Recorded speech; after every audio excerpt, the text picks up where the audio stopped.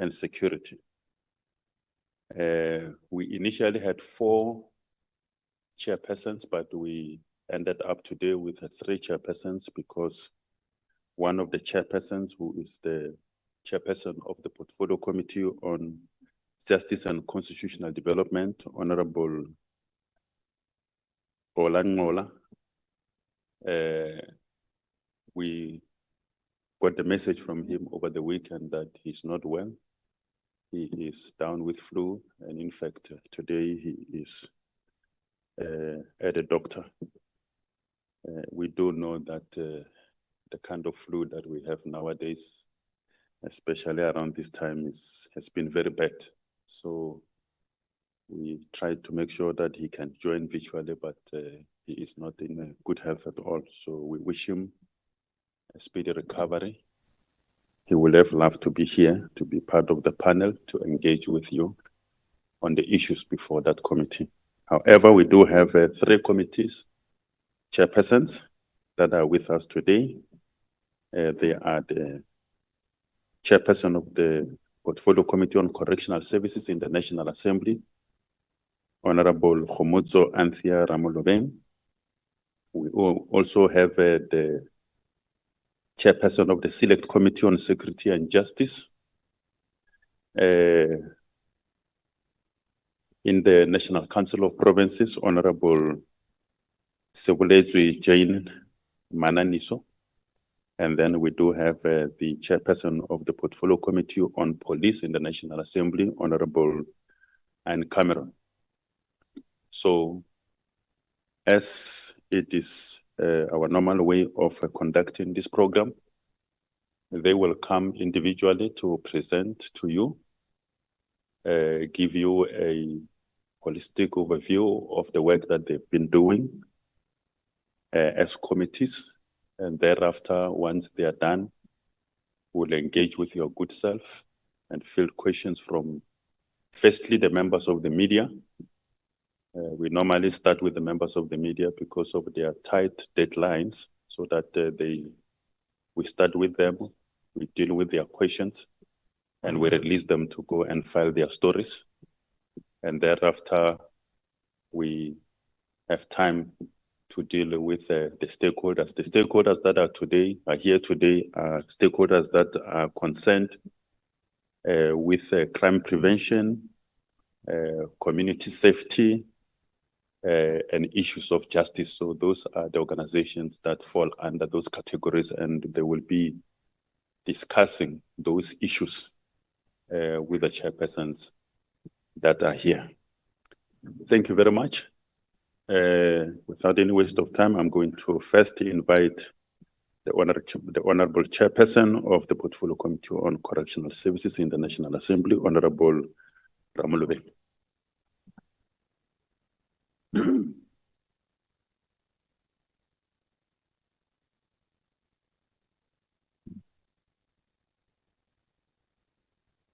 Good morning, and thank you so much, Mr. Matapo. Welcome to everyone who's here, to my fellow chairpersons of other portfolio committee in the NCOP and the NA, my team in the office, which is here, and all stakeholders and media houses present here. As the chair would have indicated, my name is Xola Nqola, the Portfolio Committee Chair on Correctional Services. I want to begin my session with a review on the Correctional Service Act 111 of 1998. The committee is pleased that the Department of Correctional Service will be reviewing the Correctional Services Act of 111 of 1998. This will also enable the committee to provide inputs on areas that it believes it should be amended and strengthened, including Section 73 of the Act, which deals with the management of foreign national inmates in our facilities. We had during the budget debate when the minister indicated that there were around 24,000 foreign national. In actual fact, there are around 25,585, which we have received an updated stats on this. The state was updated on the 30th of June. by the Office of the National Commissioner in our correctional facilities across the country, which costs the state a day 11 million. The committee is seriously concerned that our correctional facilities have so many foreign nationals, but our country, I'll allow you to finish, Mr. Matapo. Please don't eat on my time. Thank you. The committee is, however, seriously concerned that our correctional facilities have so many foreign nationals across the country, but our country has not either also entered into an inmate exchange program with other countries to see how do we mitigate this challenge that we have of foreign nationals in our facilities. We intend to review this provision specifically as it relates to incarceration of foreign nationals. We want to provide for foreign nationals serving life sentences to serve their sentences in their countries of origin, because we have around 13,444 who are sentenced foreign nationals, and we have around 12,145 which are remand detainees. So the 13,444, we should enter into an exchange program with their countries so that they can serve those life sentences in their country where they come from. We also do encourage the minister to consult further with the Minister of Home Affairs with this matter to deepen their relation, and also whilst we enter into the review process of the Correctional Service Act, especially the Section 73, subsection 1 and 2, which speaks to the length of the sentence and the form of the sentence to allow the department to be able to enter into the deportation processes with Home Affairs to send foreign nationals to serve their sentences in their countries. And this has been one of the key discussion of the Portfolio Committee. I think some of you were here when we had the press briefing in January, and this was amongst the key identified focal points of the Portfolio Committee that it would have recommended to the department that we should amend Section 73 of the Correctional Service Act. So we are pleased that the department, when it appeared before the Portfolio Committee, when they presented the APP and budget for 2025-2026, they did say they would enter into amending the whole component of the Correctional Service Act, which means communities, civil societies, the Portfolio Committee would have an input to this section. So for us, we are highly, highly pleased that the department has adhered to the call of the Portfolio Committee in this matter.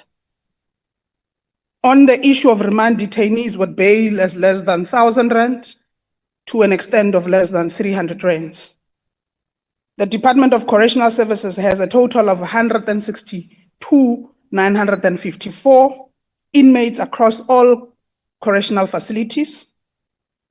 And this is an updated stats, as I indicated, from the 30th of June that was sent to us as the Portfolio Committee, of which 105,023 are sentenced inmates, 57,603 are remand detainees.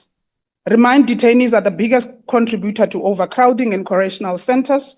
We are concerned about the staggering cost of keeping and maintaining remand detainees in our correctional facilities, which currently cost the department around 470 and 480 a day to house an inmate or a remand detainee, which is around a month, about 13,000 for each detainee. Taking into consideration the pressing issues of overcrowding in our correctional facilities, many remand detainees are in centers for months and years simply because they cannot afford to pay bail, as little as I indicated. And a case in point study would be your Polsmo Correctional Facility, which I think some of the media houses were with us when we did the oversight, where we had around 500 inmates who had bails of less than 300 rands or 500 rands, but have been sitting in correctional facilities for months without being able to pay for that bail. We cannot have a system that further perpetuates the injustices that our constitutional democracy so desperately tries to correct. Now, there are two legislative provisions that in theory are supposed to assist in managing overcrowding in correctional facilities, but in reality, they are producing very minimal results. And those provisions are outlined in the Section 63A of the Criminal Procedure Act and the Section 49G of the Correctional Services Act. The department's annual report for the 2023-2024 financial year records that it submitted a total of 19,391 referrals to court under the Section 63A, but only 5,091 of these were successful. And 9,667 applications were referred to the courts under Section 49G, and this yielded a tiny success rate of 3% being successful. We call on the Department of Justice and Constitutional Development, as well as other key stakeholders in the criminal justice system, to take seriously its relationship with the Department of Correctional Services, because of most of these challenges do not emanate from the department itself, which is the Correctional Service, not delivering to its mandate. So it is a justice cluster issue. Regarding on infrastructure and maintenance in correctional facilities, this mission of the Department of Correctional Services is to contribute to a just, peaceful, and safer South Africa through effective and human incarceration of inmates and the rehabilitation and social reintegration of offenders. This mission can only be achieved by accommodating offenders in detention conditions that are consistent with human rights or human dignity. But due to aging, lack of maintenance, overcrowding, and vandalism by inmates, the infrastructure and bulk services have experienced fatigue in many of correctional centers across the country. Some of these facilities require day-to-day maintenance, whilst others require a major R&R upgrades or repairs. The committee has raised concerns about the state of correctional facilities during oversight visits to these facilities, particularly regarding the maintenance of infrastructure by the Department of Public Works and infrastructure on conditions of kitchens that we have engaged on where we've done oversights. DCS has informed the committee, the department has informed the committee that Public Works has devolved maintenance of infrastructure to the department. However, this is done without proportional budget allocation to DCS. DCS has informed the department that a total of 8 billion was processed and paid to the Department of Public Works under the auspices of user charges allocation in the 2024-2025 financial year. The committee has since resolved to request that the Minister of Public Works and Infrastructure appear before the committee, the Portfolio Committee, on the 15th of July to clarify this matter and look at other infrastructure challenges faced by the department. And we're pleased that the Minister of Public Works has agreed to come before the Portfolio Committee. So next week on Tuesday, we would be meeting with a delegation led by the Minister and the department to come and speak to infrastructural issues that the Department of Correctional Services faces. The department currently provides foods for inmate and correctional facilities using their own kitchens and using offender labor. I think we all know or aware that cooking in correctional facilities is done by inmates. During our oversight visit to correctional facilities across the country or provinces, the committee raised concerns about the state of kitchen facilities in some of the centers we have visited. The committee was particularly concerned about the general state of the kitchen in Medium A in Durban, Westville Correctional Facility, where almost half of the equipment was not working. We have then recommended to the Department of Correctional Services that the kitchen in Durban, Westville and Medium A must be temporarily closed to make certain arrangements to repair and renovate. And we're pleased to announce that the department has adhered to that, and the kitchen, it is temporarily closed up until all major repairs and renovations are alluded to.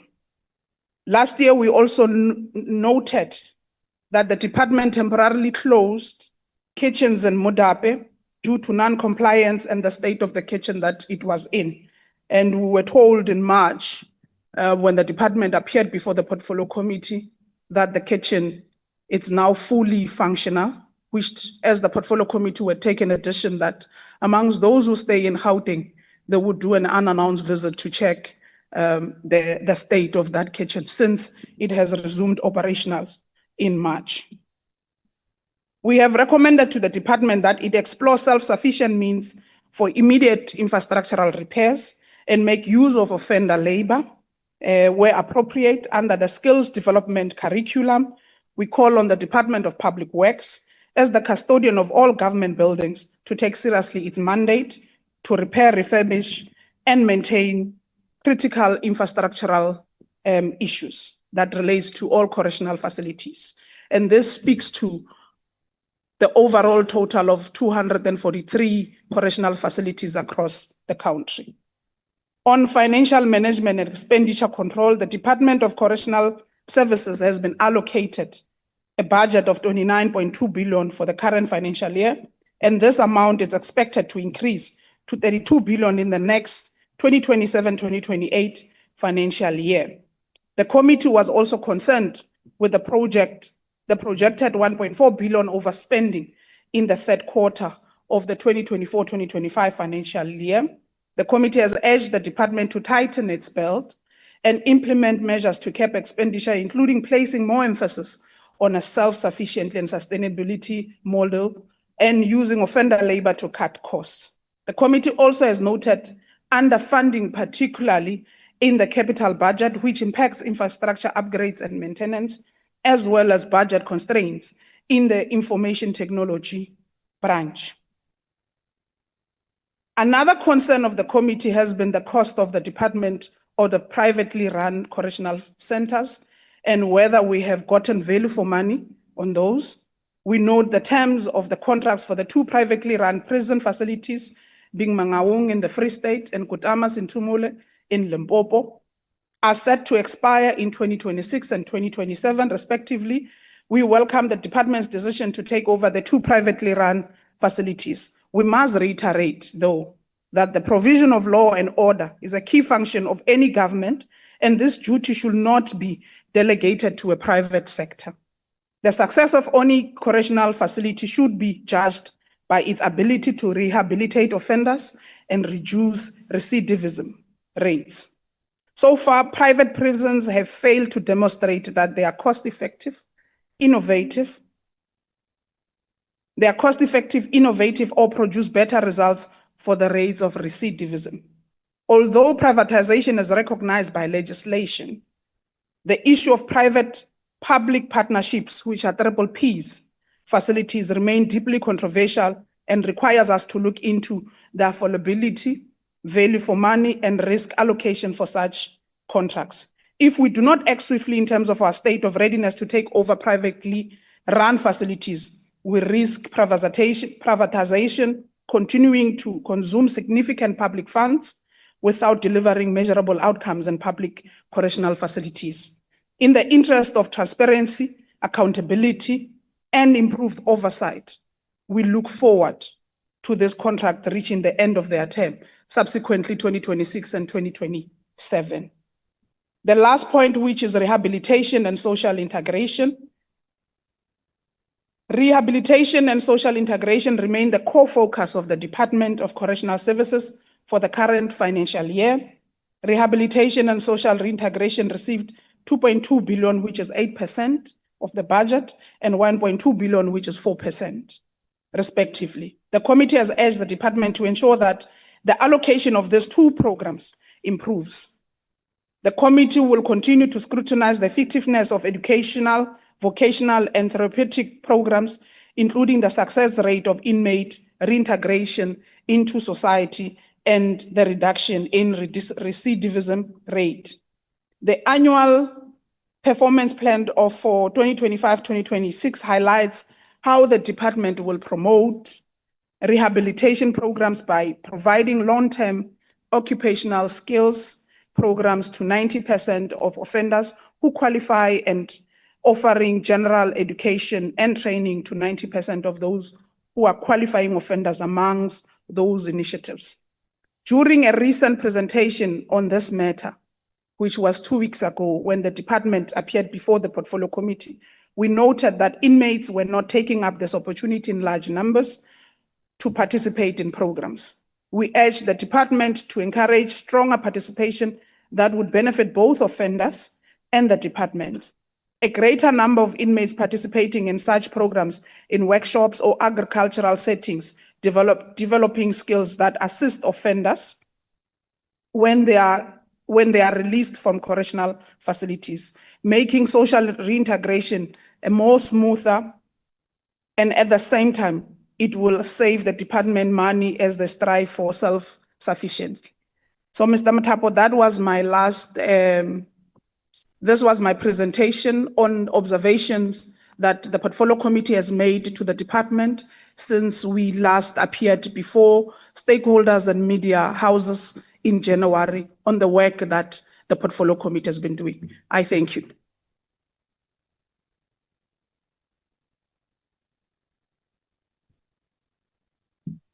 Thank you very much, Honorable Chair Amlobeng, for that comprehensive presentation.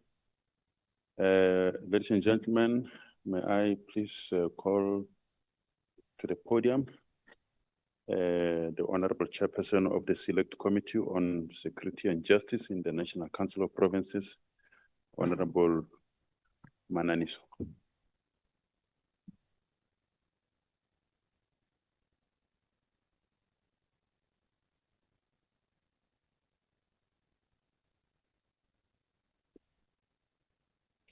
Thank you, Mr. Mothapo, and good morning, honorable members, chairpersons, and greetings to all media houses, and as well, greetings to all the leadership from all the corners of South Africa. And I can see that we have FBOs here, and as well the Khoisan and other members from different NGOs. You are greeted and welcome to our briefing session. This is our first time participation as the NCOP in terms of this media briefing. I would want to actually highlight yourself that as the NCOP security cluster, I'm in charge of Home Affairs, I'm in charge of Correctional Services, I'm in charge of Constitution and Justice, I'm in charge of Defense and Military Veterans, and as well subs, and we are doing as well petition and undertakings. So most of the people, they don't know about the work that we are doing as the NCOP. So NCOP actually represent the provincial interest from different provinces. And we are here to actually take you through in terms of our engagement as the security and justice cluster on issues that we've been dealing with when we've been executing our oversight and accountability. My issues will focus on governance and legislative matters, matters affecting military veterans, human resource challenges, and as well accountability and use of public funds. Honorable Chairpersons, the SANDF operates within a clearly defined framework shaped by our Constitution. The Defence Act number 42 of 2002, national policy and strategic planning instruments, such as the 2015 Defence Review. The structure mandates the SANDF to safeguard our country, sovereignty, and its people. However, the institution continues to face serious challenges in terms of governance.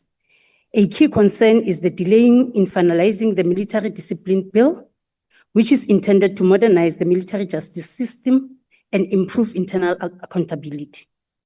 The lack of progress here weakens command structures and undermines discipline. Procurement remains another area of concern. The SANDF must bring its procurement processes fully in line with the Public Financial Management Act. To prevent ongoing irregular and wasteful expenditure, issues that continues to be flagged by the Auditor General. Weaknesses in financial oversight, particularly within supply chain management, require urgent attention. As we engage with them in our Select Committee, we normally emphasize the fact that the PMFMA is a prescript in terms of how to run public funds. We also need to ensure transformation goals are being met, especially regarding diversity in leadership and gender equality.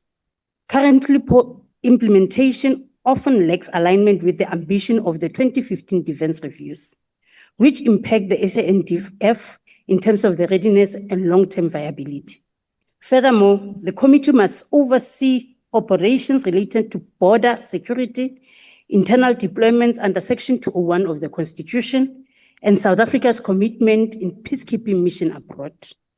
In terms of issues of military affecting military veterans, honorable members, fellow South Africans, military veterans play a pivotal role in order to make sure that the broader defense community is being taken care of. Yet the implementation of Military Veterans Act number 18 of 2011 remains inconsistent, particularly in delivering benefits such as housing, education, healthcare, and pensions. Ongoing administration issues, outdated databases, and poor interdepartmental coordination hamper service delivery to the veterans. Previous parliaments have recommended closer scrutiny. Tate Mothapo, can you protect me? Apologies, Chair. Can you assist us, those who are managing the visual? Because I know the hybrid event. So can we please switch off those mics? We don't believe that. Seems like somebody has left their mic on the virtual platform. Please switch it off. If they can't switch off, please help them. We've got that capability to switch them off. Thank you very much. Sorry, Chairperson. Thank you, Mr. Mothapo. If they can't switch off, they must be removed. Previous parliaments have recommended closer scrutiny on how veterans' benefits are allocated. We take these recommendations seriously and intend to hold the Department of Military Veterans accountable for making real progress. Reintegration efforts for veterans, particularly those leaving active duty, must include mental health services and training opportunity to support their participation in the economy. There must also be greater clarity about SANDF role in easing the transition for former service members. On this matter, honorable members and Mr. Mothapo and fellow South Africans, we always emphasize the fact that the province and the local government must come to party, because at the ultimate end, these military veterans, they belong to their constituencies. In terms of human resources challenges, the SANDF faces serious human capital issues. Its workforce is aging and career advancement is limited. A major share on the budget is spent on employee compensation, leaving too little to crucial areas like training, equipment, and operations. And as the Select Committee, we always emphasize that it should be the opposite. We would want to see more budget going to services. We are also concerned about the high number of acting appointments, particularly in management. These temporary roles reduce stability, make strategic planning difficult, and erode accountability. Effective succession planning and prompt merit-based appointment must be prioritized. We want to see this space being professionalized. Disciplinary processes also need attention. Repeated findings from the Auditor General show both the Defense Department and military veterans struggle with poor consequence management and unresolved disciplinary cases. Honorable members and fellow South African, one concerning example involves a suspended employee who continued to receive fully pay for over 5 years without any resolution. An unacceptable situation that points deeper to systematic failures. And we know that as members of parliament, it is our responsibility to follow public affairs. Accountability, use of public funds, audit reports continue to highlight irregular and wasteful spending, procurement failures, and inadequate contract management in the SANDF. Non-compliance with the PMFMA, combined with the weak internal controls, has eroded financial accountability within the department. There is a pressing need for better alignment between budget planning and actual operational need, poor asset management, and delays. In financial planning, further complicate oversight efforts and weaken public trust in the defense system. The committee remains firmly committed to holding the department accountable. We will continue monitoring the implementation of audit recommendation, financial reporting accuracy, and the progress of corrective action plans. Effective oversight ensures that public funds are used wisely and supports the SANDF in fulfilling its constitutional duties. Our role is not simply to scrutinize, but to ensure that performance integrity, and strategic objectives are aligned with the expectation of the South African. As I conclude, honorable members and Mr. Motapo, one thing that one would want to fully take you in confidence in terms of our issues as a cluster is the fact that the issue of old infrastructure and maintenance is one of the matters that we are trying to deal with, working with the public works.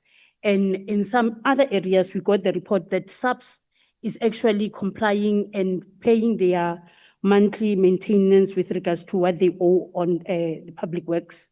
And other issues is with the fact that all these entities under us as a select committee have the same problem with regards to insufficient budget.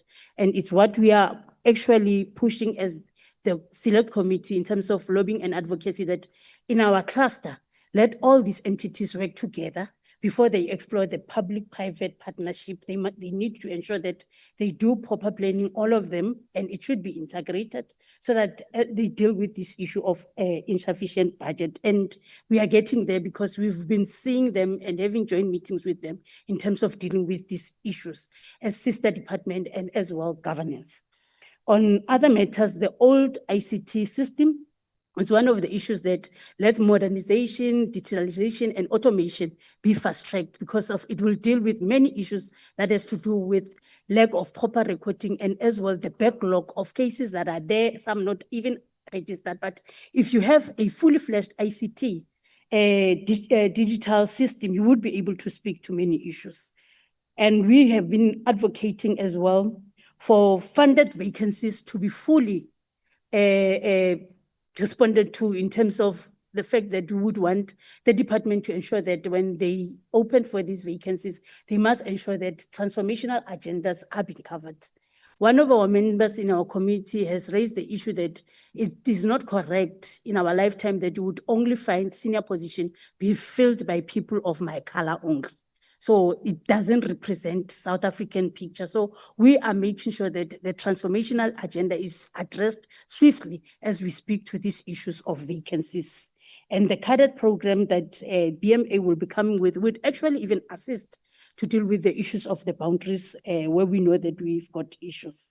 From my side, one would want to say that the committee is advocating for capacity and capabilities in this sector to ensure that we build a safer communities. I thank you.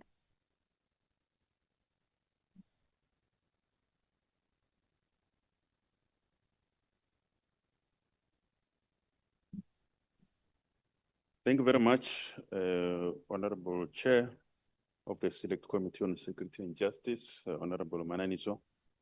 The last presentation, ladies and gentlemen, comes from the Portfolio Committee on Police in the National Assembly, led by the Chairperson, Honorable Nqola. Point of order, Chair. No. This is not a meeting or a house sitting. There are no orders. Can you please switch off the mic and allow the Chairperson to present? Thank you very much. Please, let's cooperate.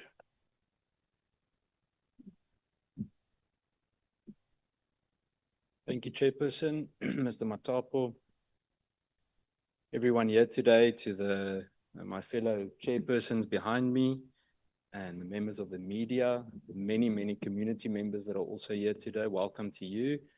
It's a pleasure to have you with us in the house today. I'm sure we know what the discussion is that's going to come up today. So let's get the laugh out first, and then on a lighter note, before I begin with the formal part, I was joking with someone this morning, and I was having some banana bread with my daughters yesterday morning, and the next moment I see General Mkhonazi in his task force uniform on TV, and the entire Sunday turned into a Monday. So it's been a very busy 24 hours. On a serious note, I want to speak to integrity in the South African Police Service. Last week, we had the budget review, discussion, feedback, and the adoption of the budget. And one of the critical things that I mentioned was the integrity testing process in the South African Police Service.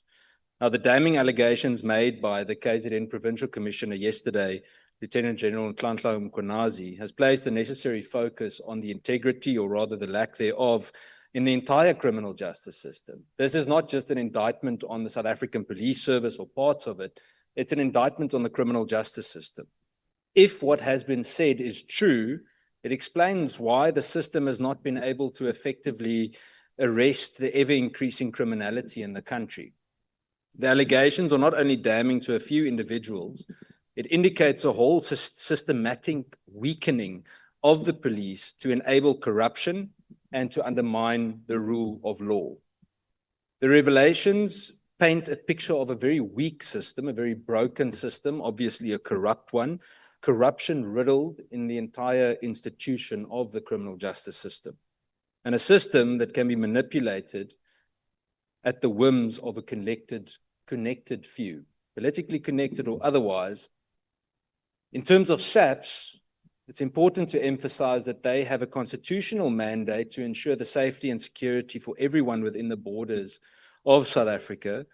And for this calling to be effective, it requires every single one of the men and women in blue to be beyond reproach.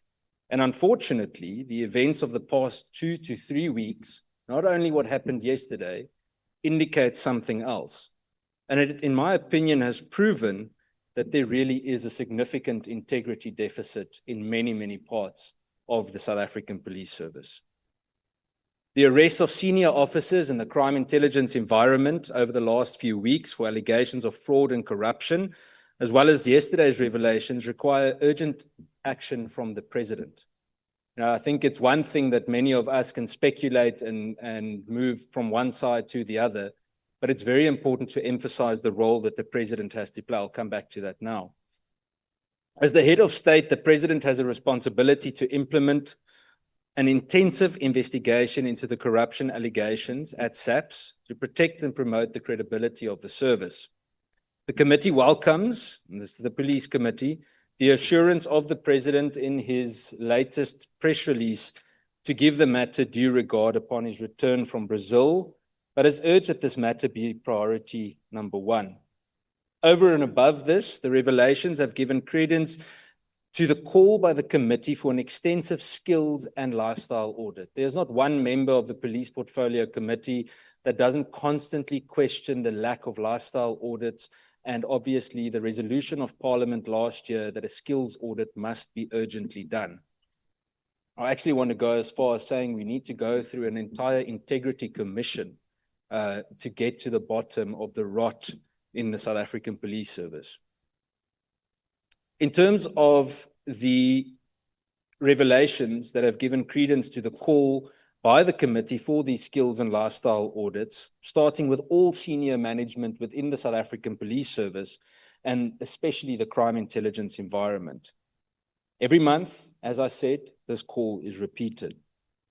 What is clear is that the accountability is necessary and obviously urgent, and that the people deserve to know and feel that the South African Police Service is made of men and women who are ready to serve in the interest of the country and not for selfish reasons. We cannot continue one more day with criminals masquerading as police officers. For its part, the committee will have to determine the need for an urgent meeting where the protagonists are called to account. The entire committee is in agreement that such a session must be held, and we have already written to the Speaker, as well as the House Chairperson, for the relevant processes to take place.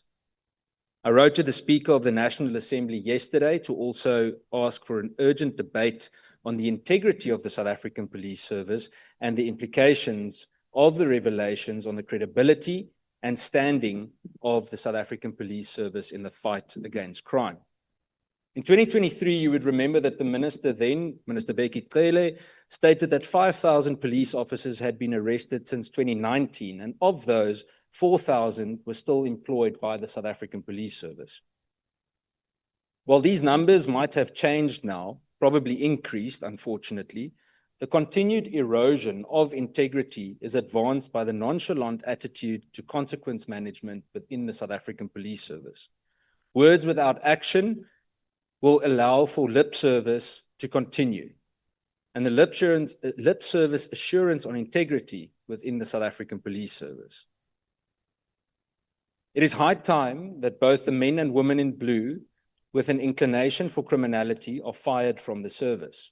Before I go through the action steps proposed, just want to name a few examples that I think are critical to mention.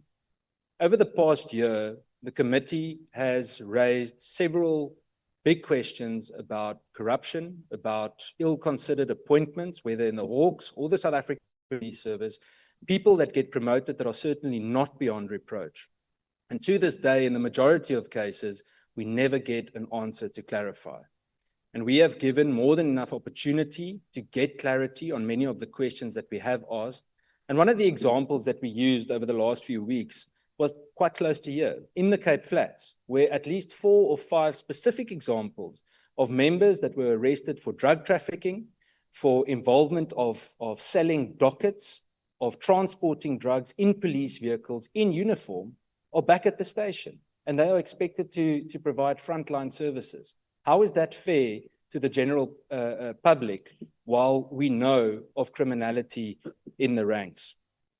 I'll come back to that again shortly.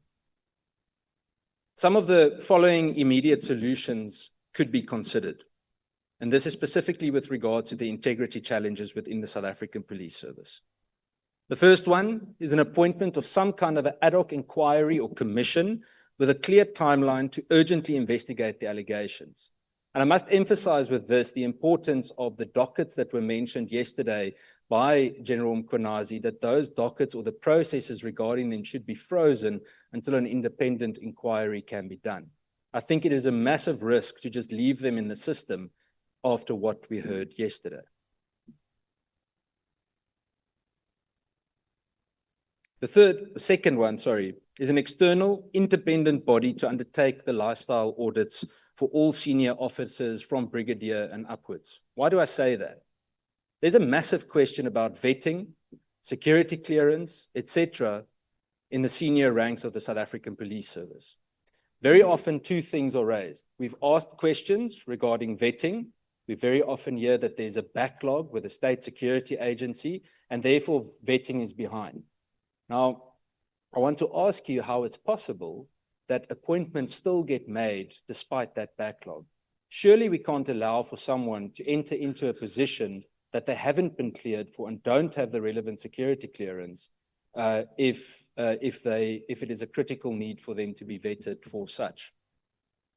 When you become a brigadier, you must have top secret security clearance. And we have it on good authority that many of them do not have top secret security clearance, despite being in those positions, and other ones that are also higher ranked too. I think another part, before I go on with the list, that I must mention with this is also the training excuse that we very often get. Very often we say, but someone isn't qualified for a specific position. The answer that we get is that they would go for a course. But how were they selected in the first place if they didn't complete the necessary courses in the first place? That begs the question. The fourth one is an independent body to undertake the vetting exercise of all senior SAPS officers. And I say this because I must be honest with you today, after what I've seen in the last month, I do not have trust in the authorities at the moment to conduct those very vetting exercises on their own. I think it is critical for some kind of an independent institution or body to play a role in that process. The fifth one is the reconfiguration of the crime intelligence environment to ensure only fit and proper individuals are employed in that environment. We must be very careful that we don't just replace someone with the next best option or that the relevant investigation isn't completed. We must make sure that it is fit and proper. I see calls for within 24 hours, X must be done, but I want to tell you that the rot is so serious and the problems we have, it causes such chaos that whether it's 24 hours or 72 hours, it's not going to change the situation. We need to do things right and according to the book and make sure if we clean, it needs to be done properly. The second last one is the skills audit for all the senior managers within the South African Police Service. This became a resolution of Parliament last year already in 2024. It has been said in the annual performance plan and the budget of the South African Police Service that this would be implemented before the end of this calendar year. We're still waiting to see it. The last one is the adequate resourcing of the Independent Police Investigative Directorate. It is very clear to us that very often, as soon as IPID engages in certain types of investigations, it is very difficult for them to conduct such an investigation independently. Many people would differ from me and would say that that is not the case.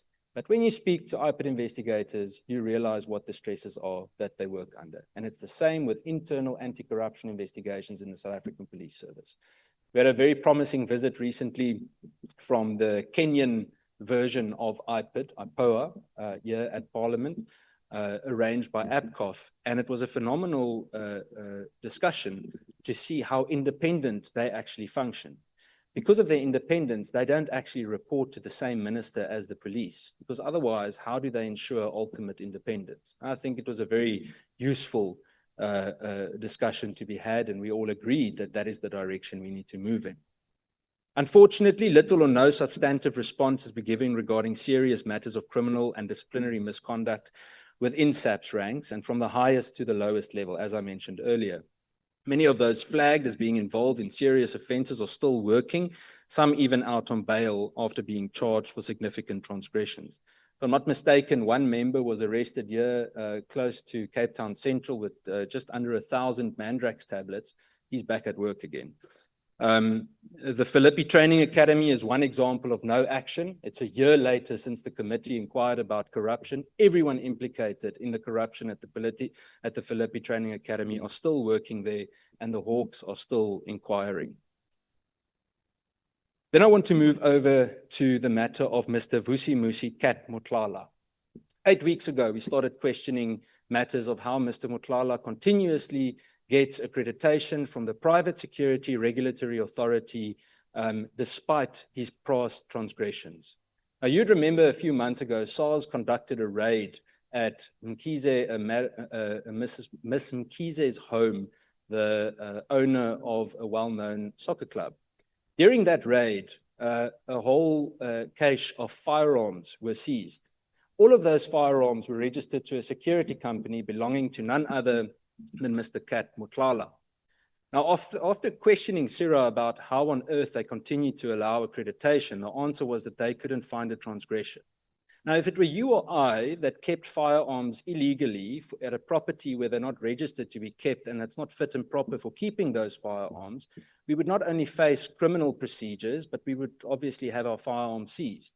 Well, all of the firearms were returned to the said security company. And up until now, despite the parliamentary question submitted 2 months ago, again, unfortunately, no answer. The recent arrests of the CI officers by the National Prosecuting Authority's Investigative Directorate Against Corruption is also a potential step to accountability. And obviously now we need to allow the law to take its course.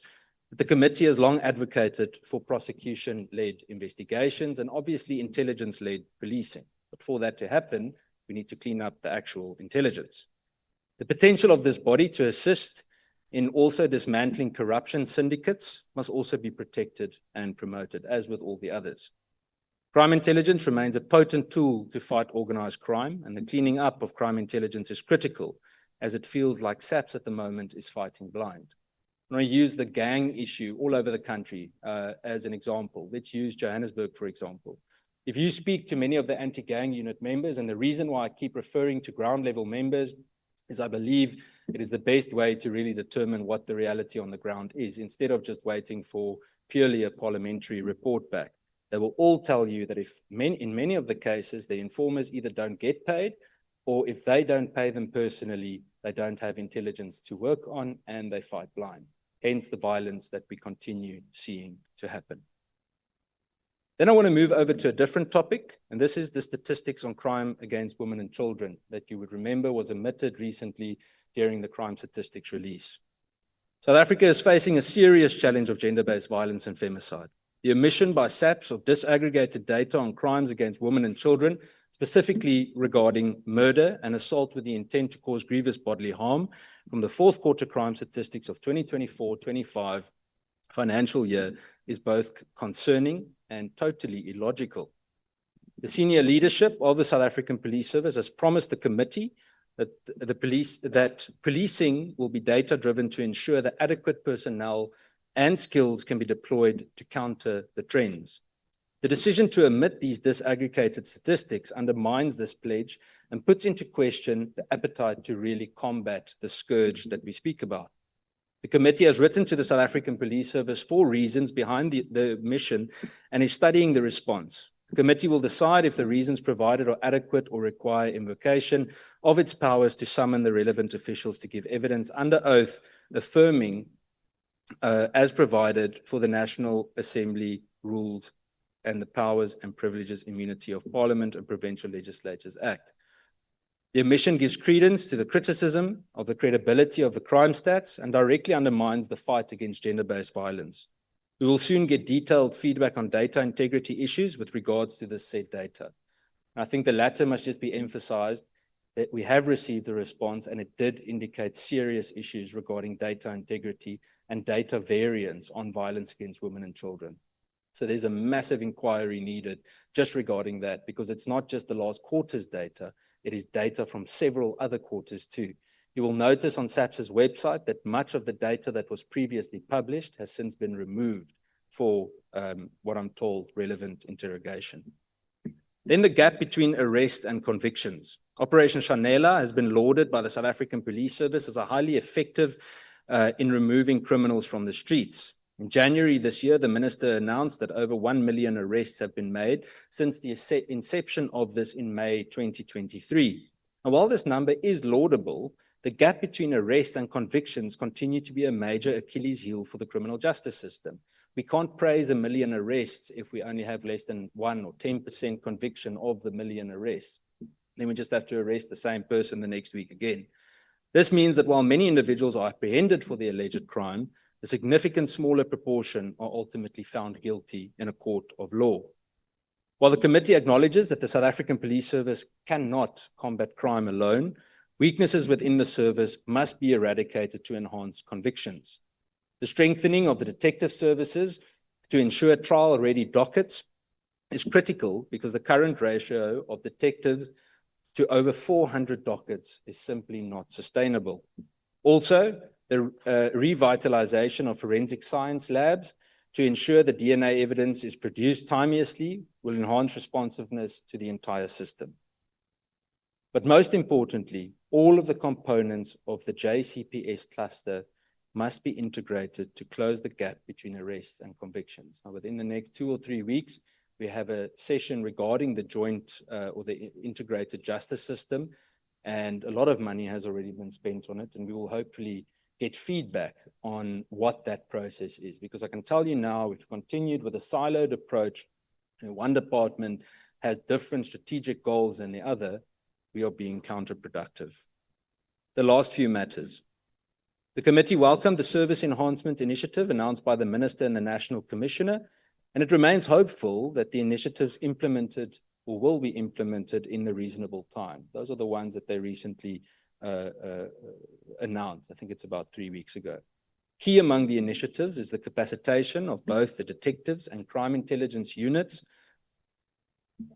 Albeit still far from the capacity needed, is a welcome intervention, as it will ensure that crime is prevented before it happens, or hopefully so, and effectively also investigated once it has occurred.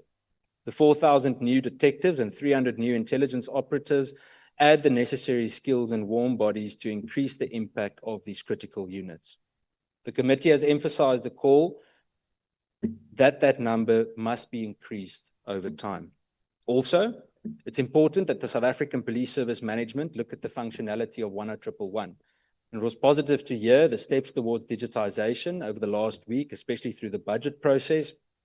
And 10111, as we all know, have faced numerous challenges and was not providing victims with the adequate support when they desperately needed it. These centers are the lifeblood between the police and communities and should never be neglected. Portfolio Committee will soon undertake on oversight, which will include a visit to the relevant centers to ascertain. Ultimately, The South African Police Service must regain trust in communities as a way of ensuring effective interventions to combat crime. I thank you. Thank you very much, Honorable Chairperson Cameron. Also the Chairperson, Chairperson Ramolobeng and Chairperson Mananiso for comprehensive presentations. As is a normal procedure, we are going to open the floor for questions from the media. Of course, emphasizing and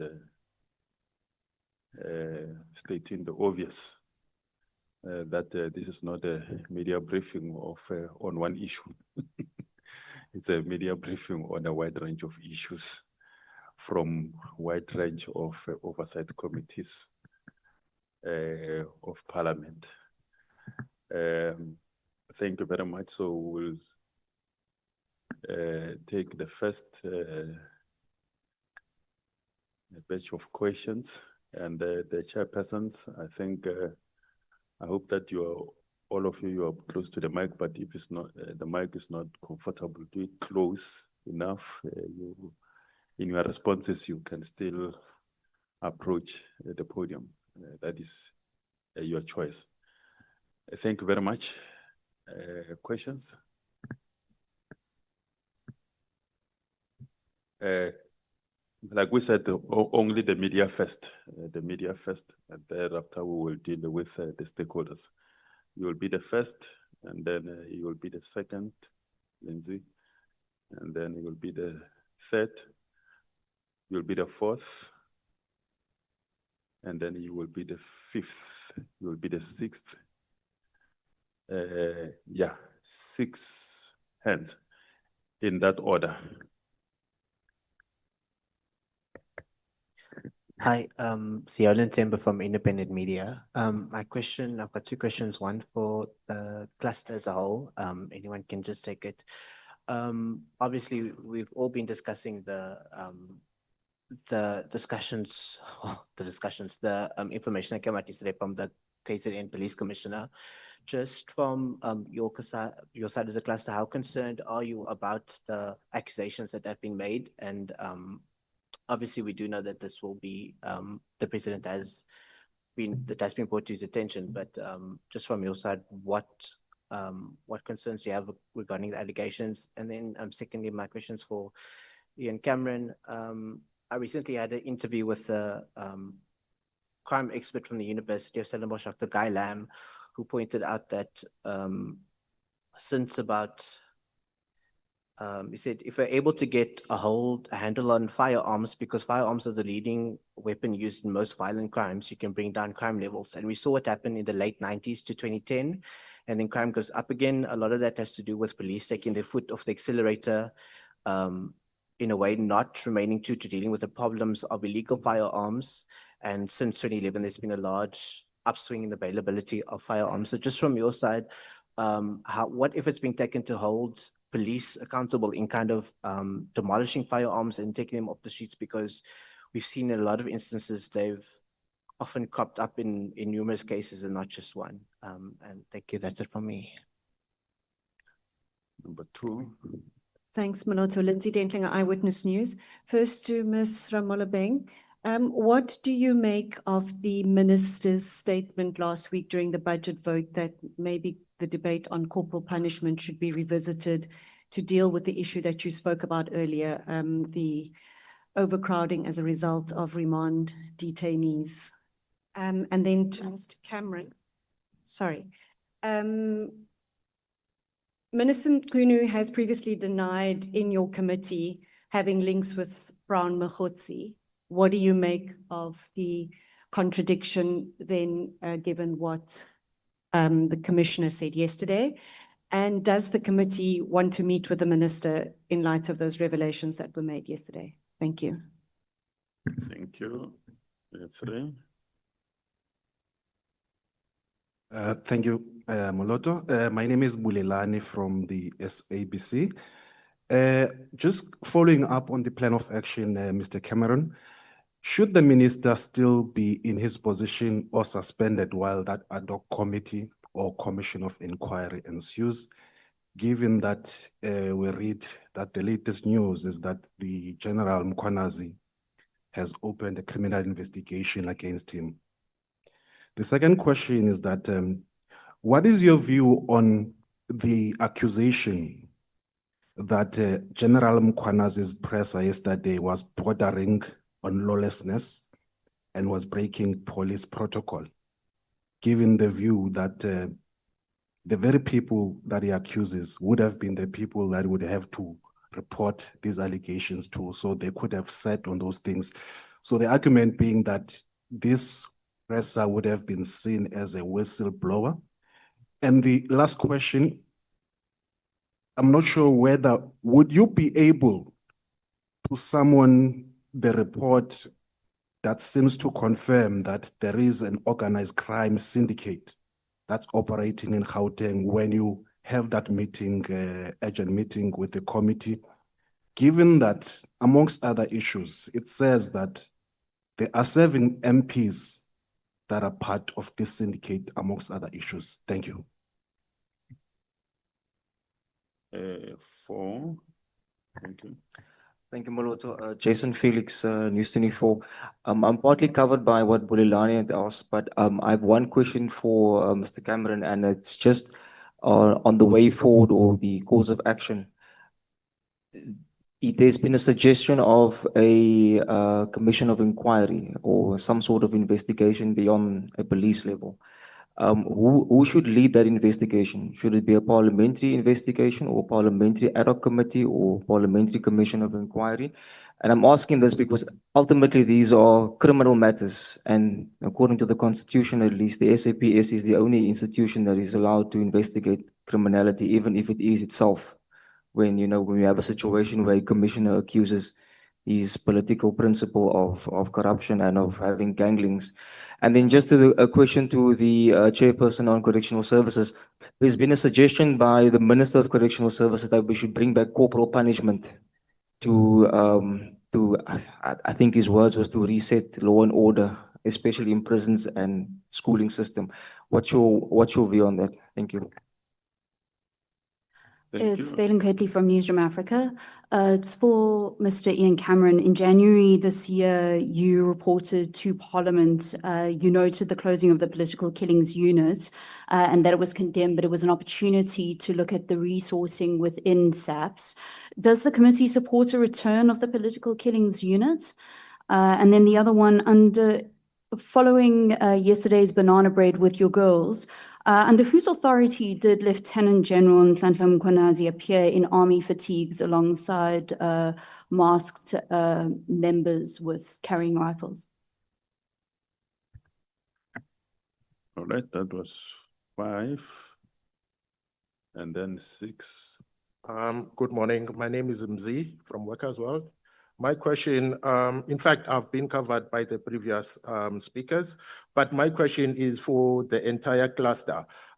Is it not a concern that there's a group of people and individuals that have taken control of access to state hospitals, especially in Gauteng?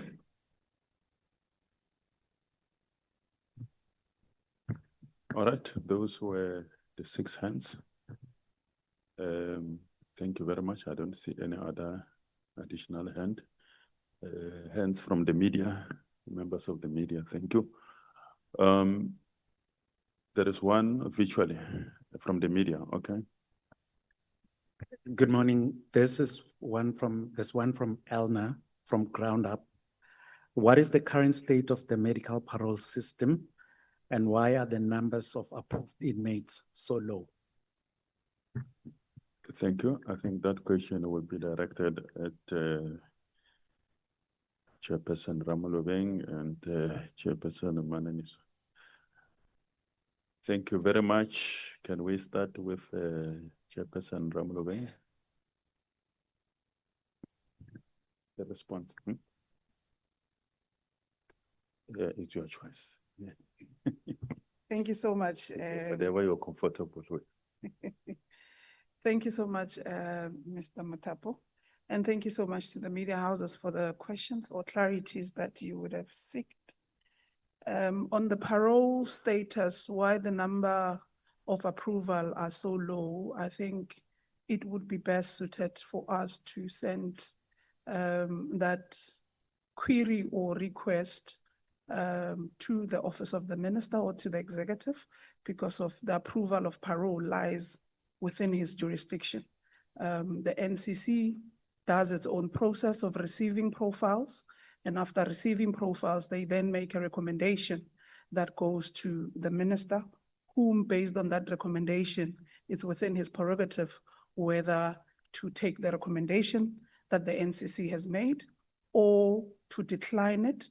And if he does decline, there would be reasons to it, why that. And if he does accept the recommendation that is made by the NCC, equally, there would be reasons why for that.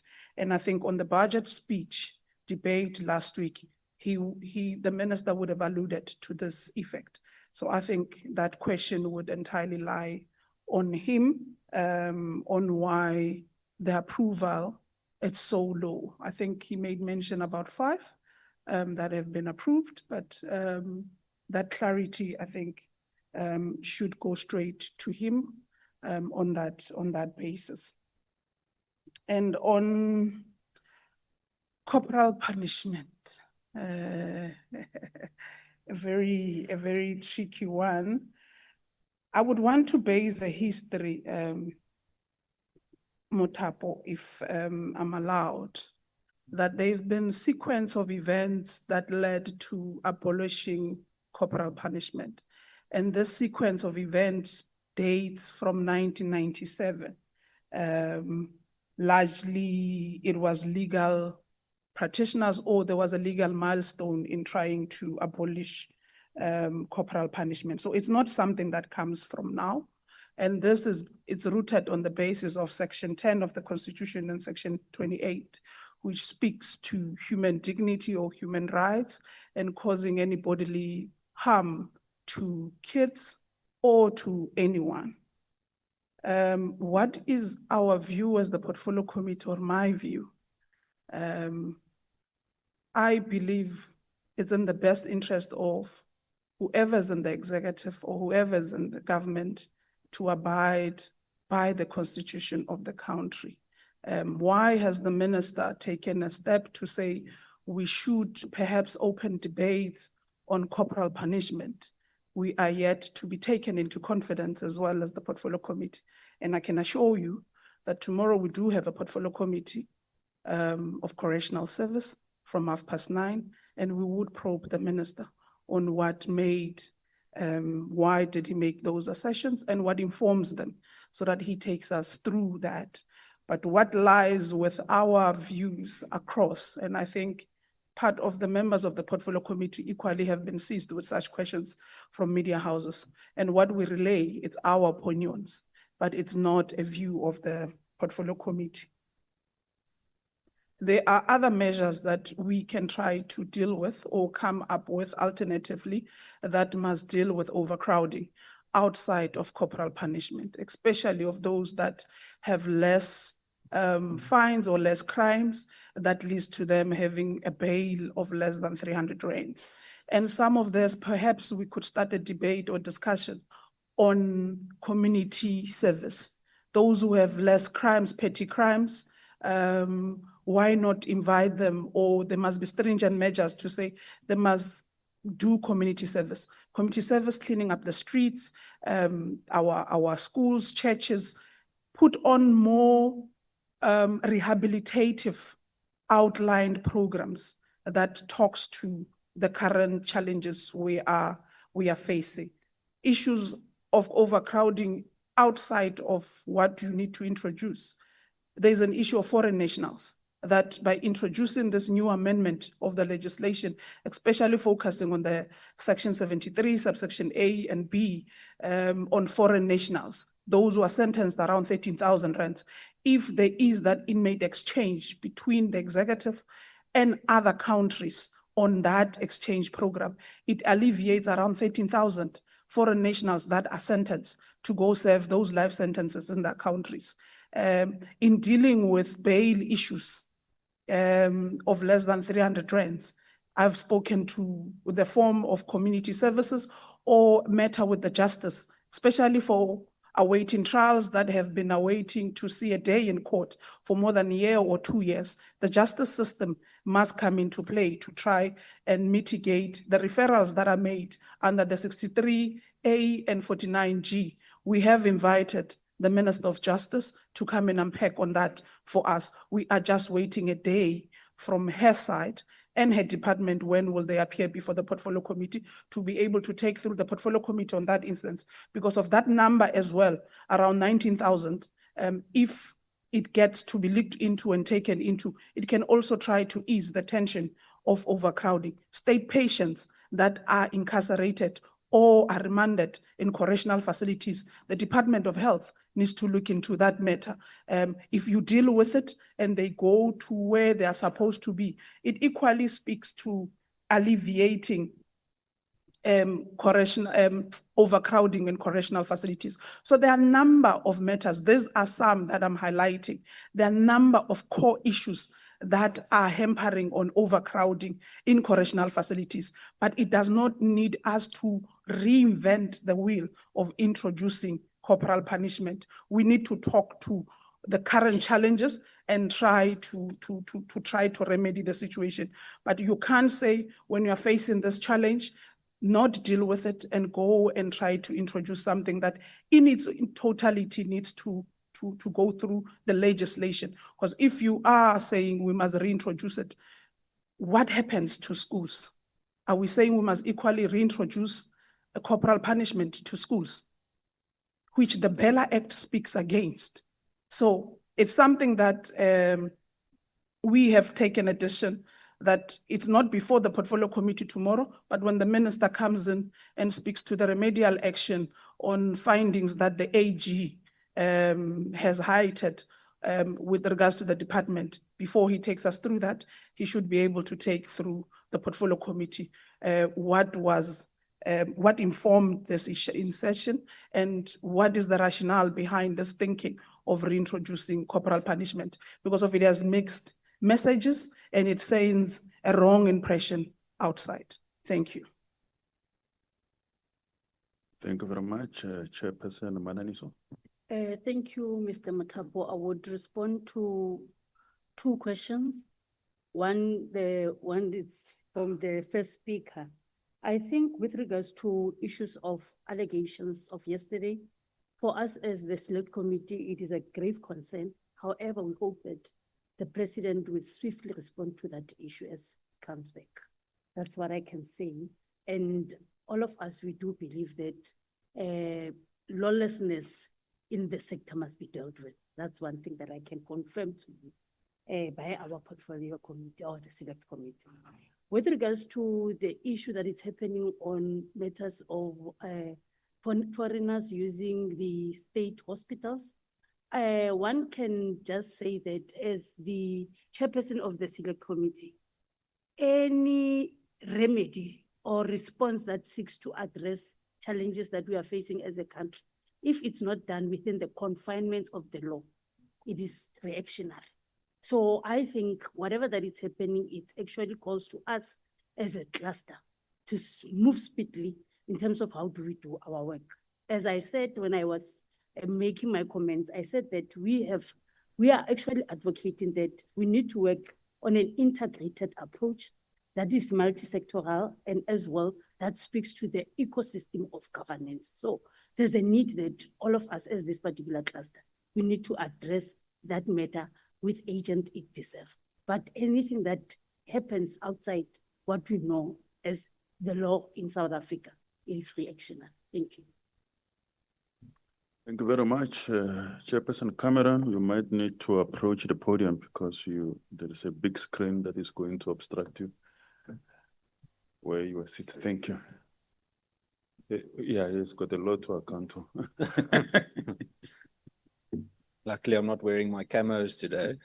I don't know if it's too soon to make a joke about it, but firstly, just in terms of the independent media question there,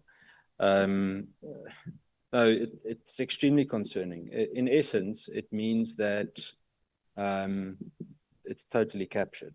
That's what it comes down to, because it's the very highest echelons of the South African Police Service that form part of this. The fact that it was mentioned that dockets were allegedly removed from one point with a political instruction is it's completely, totally and utterly wrong. I'll touch on the political instruction just now when I come back to the disbanding of the political killing task team.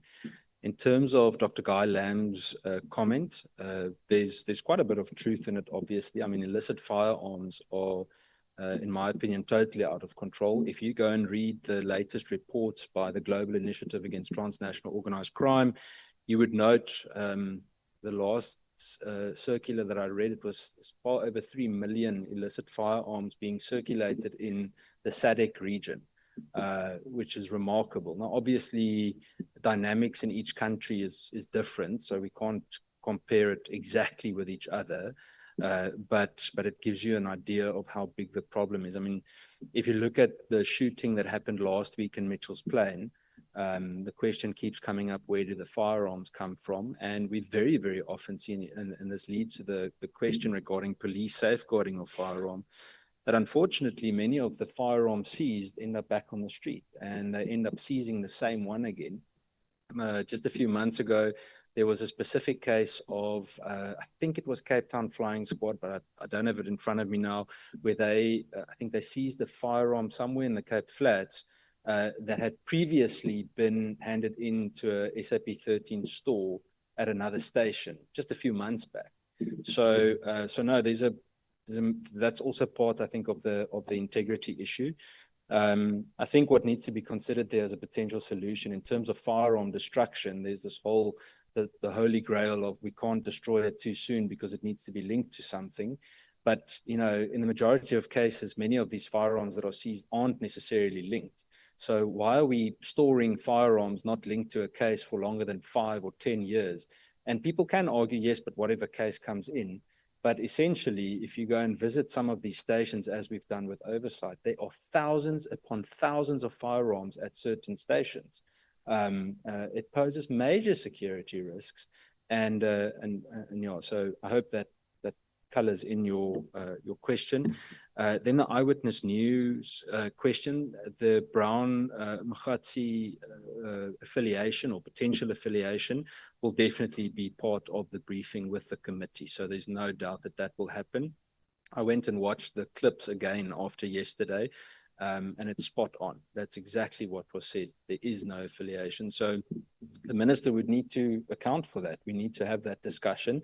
And it's important to understand that if it were to be indicated that the minister or whoever else lied to Parliament, that's a criminal offence. And I think, we're going to have a very uncomfortable discussion regarding that.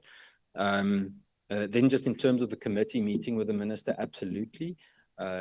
Regarding, and I'm going to link it to one of the other questions regarding who plays the oversight role, and I'll come back to it again.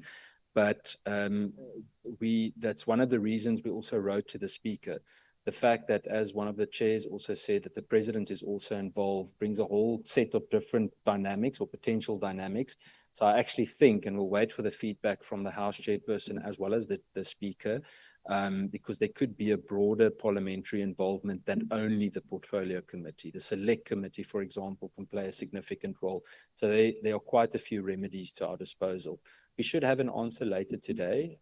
As I said, we wrote last night. I know there were also letters sent this morning. So later today, we should have a more accurate answer. I'll come back to who presides over it just now.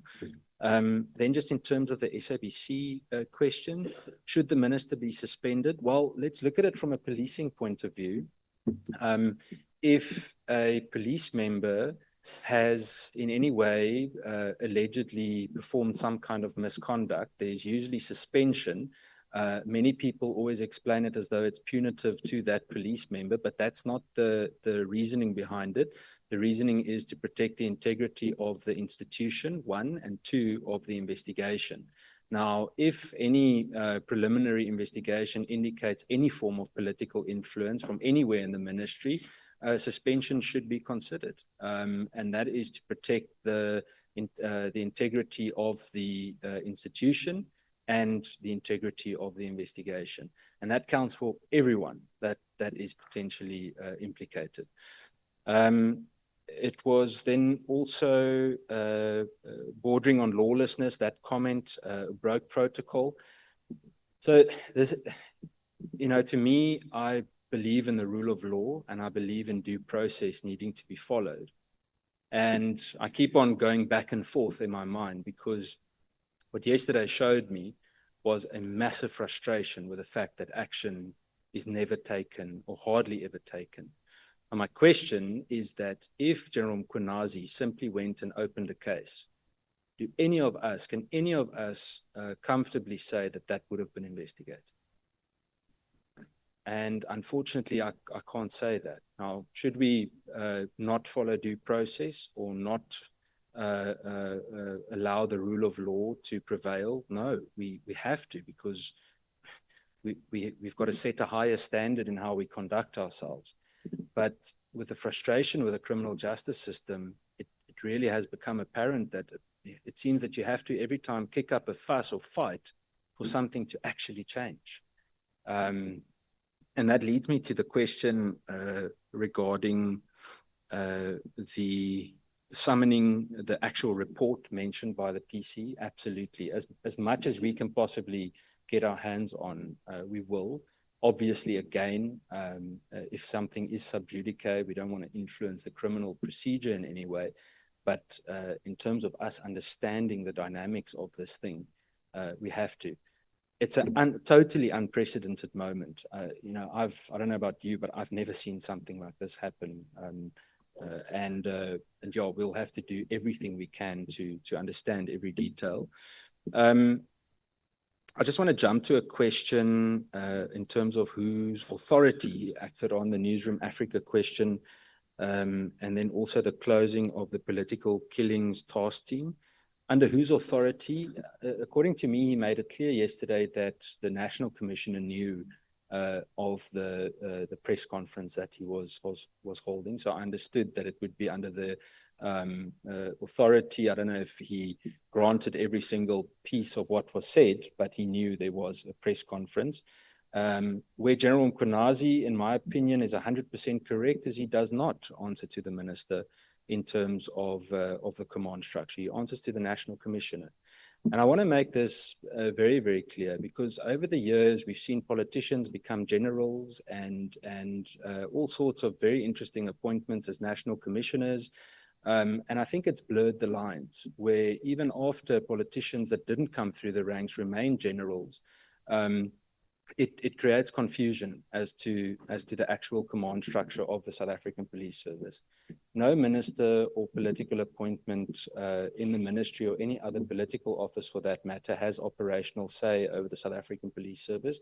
It's like me thinking that we're some kind of quasi police unit that can investigate certain matters. I can't. I don't have that authority. I'm not a police officer, and I'm not going to act like I'm one. So it's just important for me to actually underscore that in terms of the command structure, nothing that was said there is wrong in terms of him reporting to the National Commissioner. That is correct.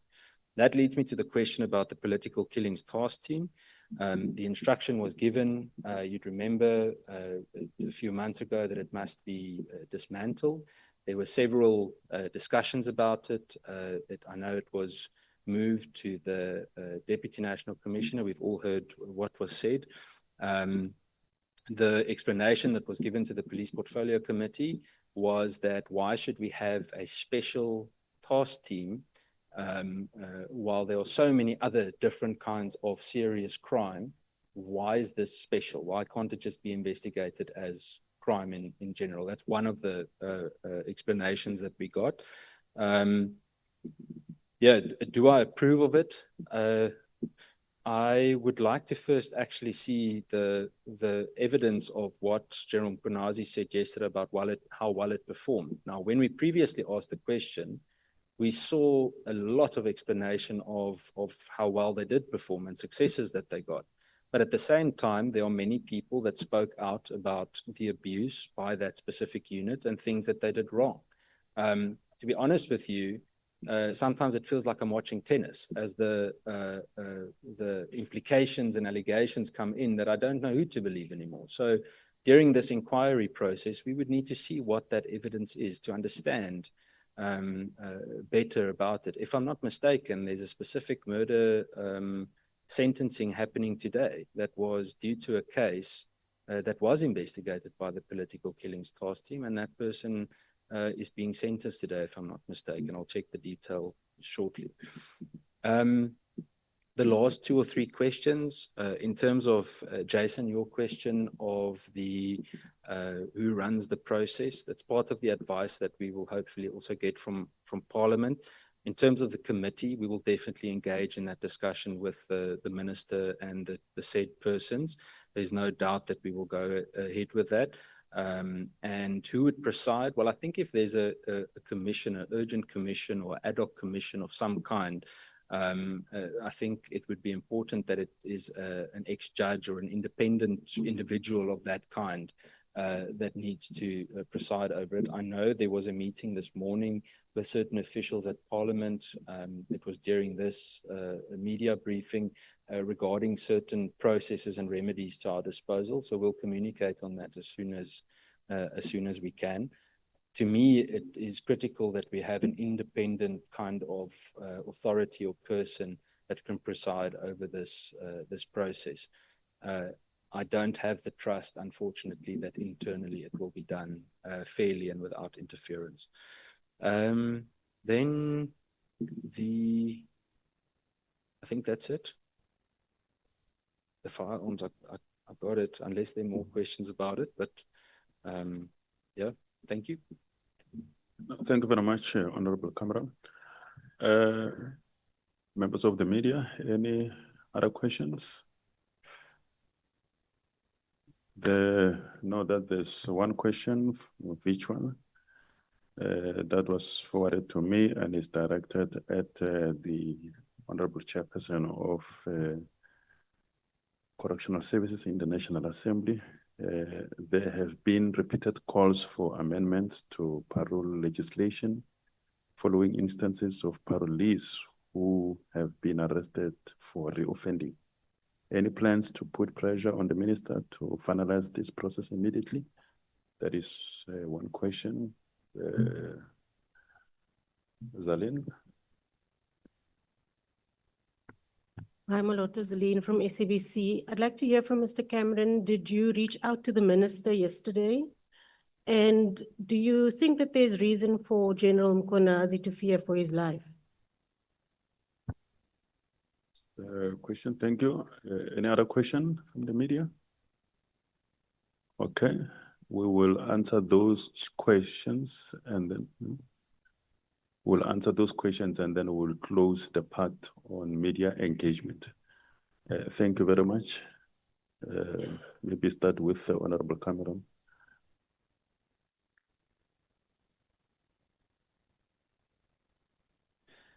So no, I did not reach out to the minister. I don't want any form of interference or premature discussion or anything like that. So no, I have not.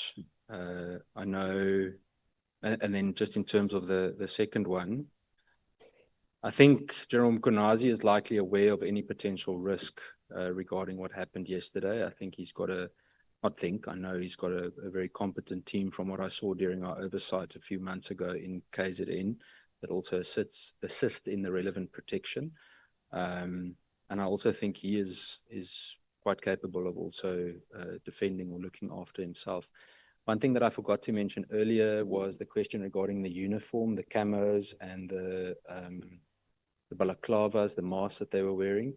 All of the members standing there, from what I know, are Special Task Force members. So that is Special Task Force uniform. And the members in the blue uniforms are wearing National Intervention Unit, if I'm not mistaken, uniforms.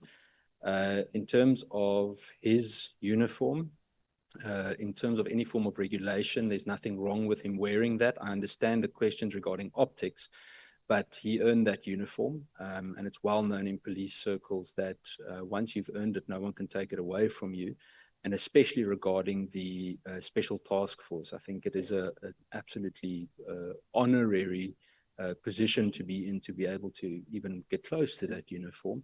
So there was no, in my opinion, any transgression of any kind for the uniforms that were worn.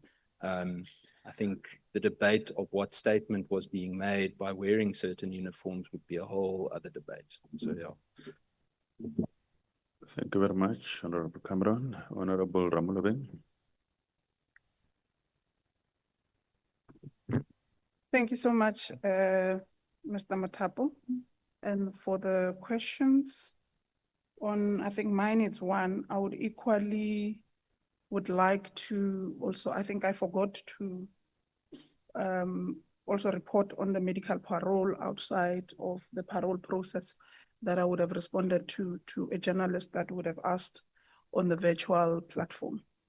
On the repeated calls for amendment on the parole, there is a process that the portfolio committee has entered into with the minister, and the minister would have also made calls to overhaul the whole parole system or process to check whether the current settings or setup are they yielding results and they should, and if they are not, how do we tighten that process? So there has been a meeting between the portfolio committee and the minister to talk to the parole system or to review it in that instance. And however, unfortunately, I was not around on that day when the portfolio committee had that meeting because I was on sick leave, but there was that indication, and based on the reports and the minutes,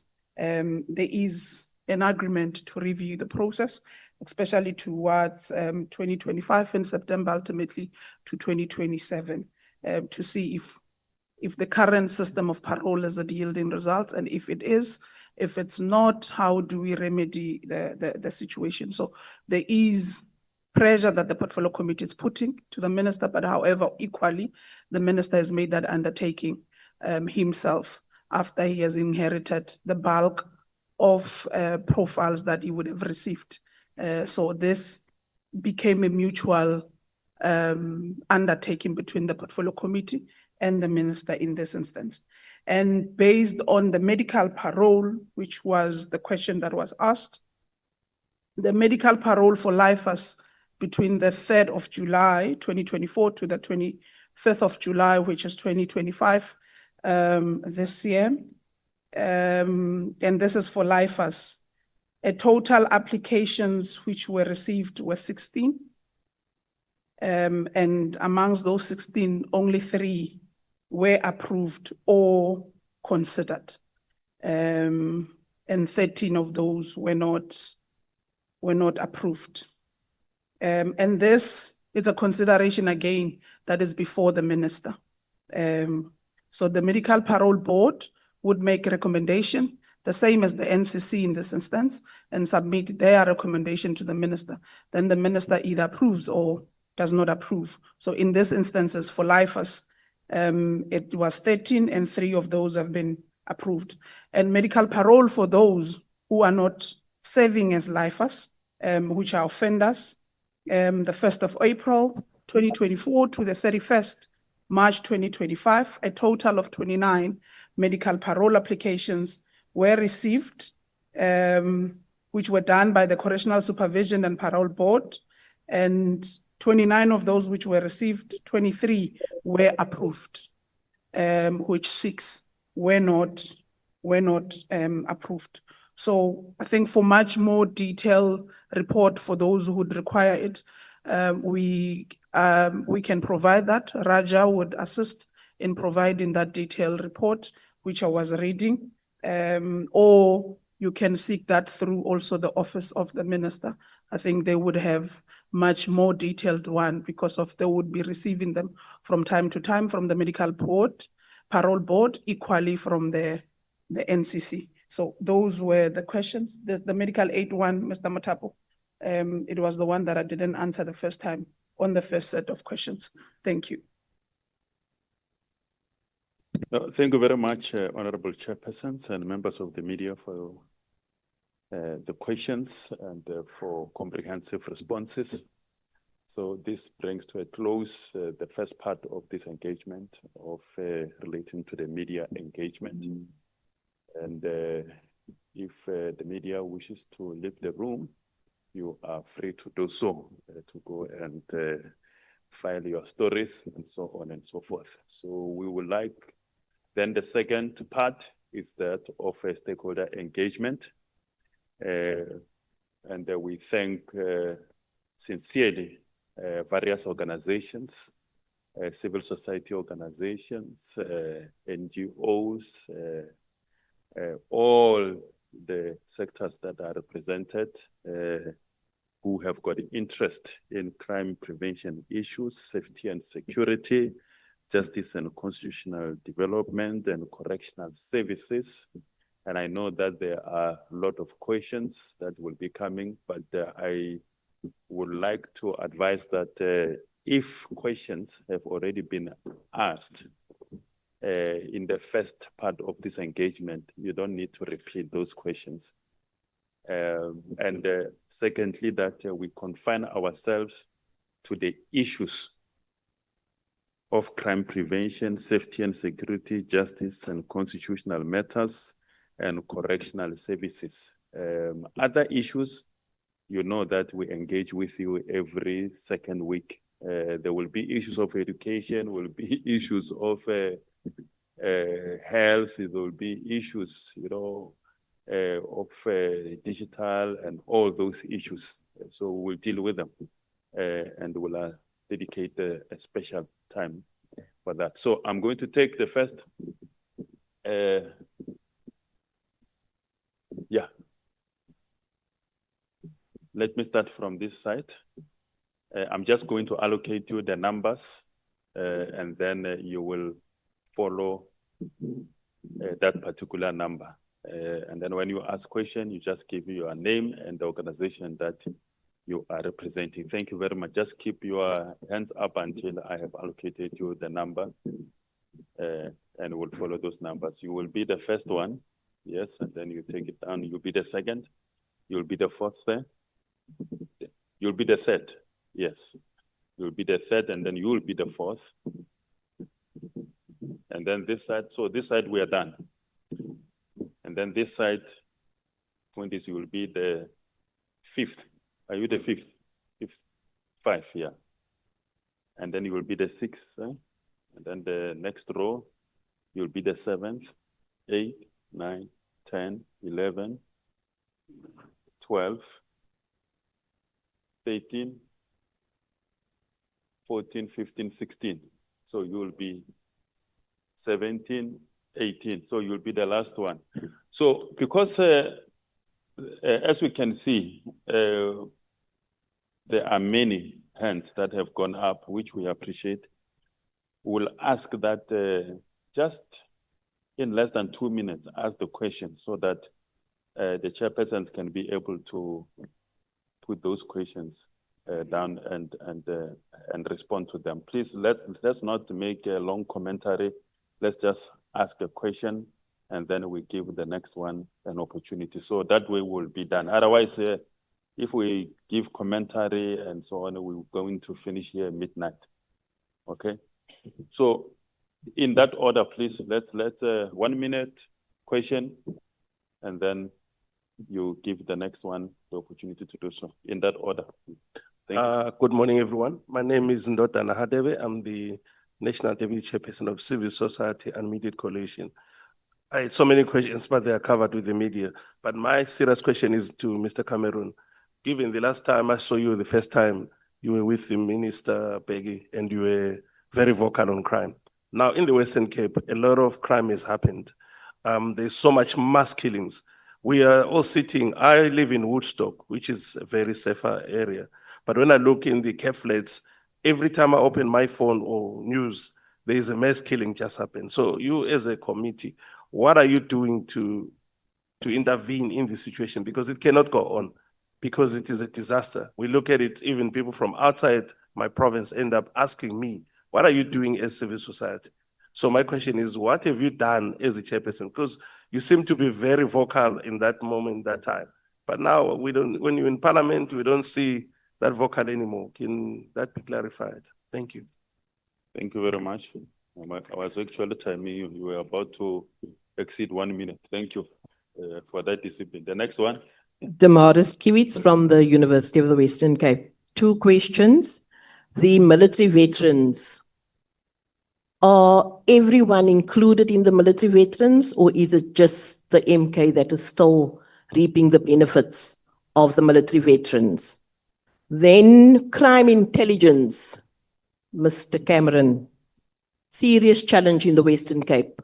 We don't even know who the boss of crime intelligence is in the Western Cape. So how will we combat crime and look at Mitchell's Plain? The silence is deafening. Our constitutional right to safety is compromised. Is it time we call for an amendment of the Bill of Rights? Thank you. Thank you very much. I appreciate it. You did it in 40 seconds. Appreciate it. Thank you. Third. Good morning. The question is addressed to the Honourable Cameron. My name is Sean Tate. I'm from the African Civilian Policing Oversight Forum. The question relates to the issues raised by Mr. Cameron and our understanding that a lot of those challenges are exacerbated by a police act that is no longer fit for purpose. It is still written in terms of the interim constitution.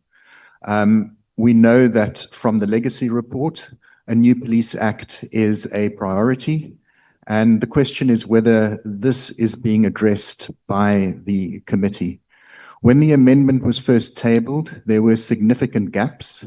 First of all, it did not take into account the numerous dialogues that were held by the committee around the detectives and the reinvigoration of detectives, whether this will be drawn into a new legislation. Secondly, it did not make any mention of a legislative framework for crime intelligence. The Constitution demands that every intelligence service is subject to its own specific legislative framework. Crime intelligence has yet to have its legislation. And the last point is that the National Development Plan makes provision for a National Police Board, which is supposed to provide an independent oversight and input into issues around recruitment, training, and promotion of police officers. Again, the previous Police Act didn't make any mention of the establishment of the National Police Board, and I was wondering whether this was in any way part of the agenda of the committee going forward. The final point, sir, is that at the tabling of the Police Amendment Act a few years ago, the committee voiced concerns as to the capacity of the Civilian Secretariat of Police to be able to effect this legislative drafting and urged that this capacity be improved. In preparation for the amendment to the Police Act, and we would advocate that a new act be written, it is simply impossible to keep patching what is already an unworkable piece of legislation. But the question would be, whether is the legislative capacity of the Civilian Secretariat of Police, has it been addressed or is it being addressed? Thank you. Thank you very much. Hand number 4. Hi there, my name is Bradley Stein. I'm just a concerned citizen. My question is for Chairman Ian Cameron. In light of the extraordinary braveness shown yesterday by General Xola Nqola, a highly respected Special Task Force member who publicly exposed corruption and systemic failures within SAPS, I wish to ask the following urgent questions under your portfolio on policing. Given that due process no longer exists within SAPS, and people go to the police station and lay a charge or just get a police number for insurance purposes. And that's the main reason why people go to the police today. What measures are currently being put in place, if any, to ensure now the safety and the protection of whistleblowers like Nqola? And we've seen this pattern before. General Vieri, when he turned around and he said Murala for exposing corruption, what happened to Vieri? What happened to General Lincoln? The same thing. We've been talking about this for a very long time. I just want to know, as a concerned citizen, as a veteran, what are we going to do? And then does the portfolio committee on police have the political will and backbone to hold President Cyril Ramaphosa and his executives accountable for the broken structure within our national security environment in our country? President Ramaphosa has taken the intelligence structure into the office of the presidency, and now we find under his leadership crime intelligence broken, the very fundamental essence to fighting crime in this country. So my question is, are we just going to keep talking, or are we actually going to start holding these leaders accountable? Thank you. Okay, thank you very much. Hand number 5, this side.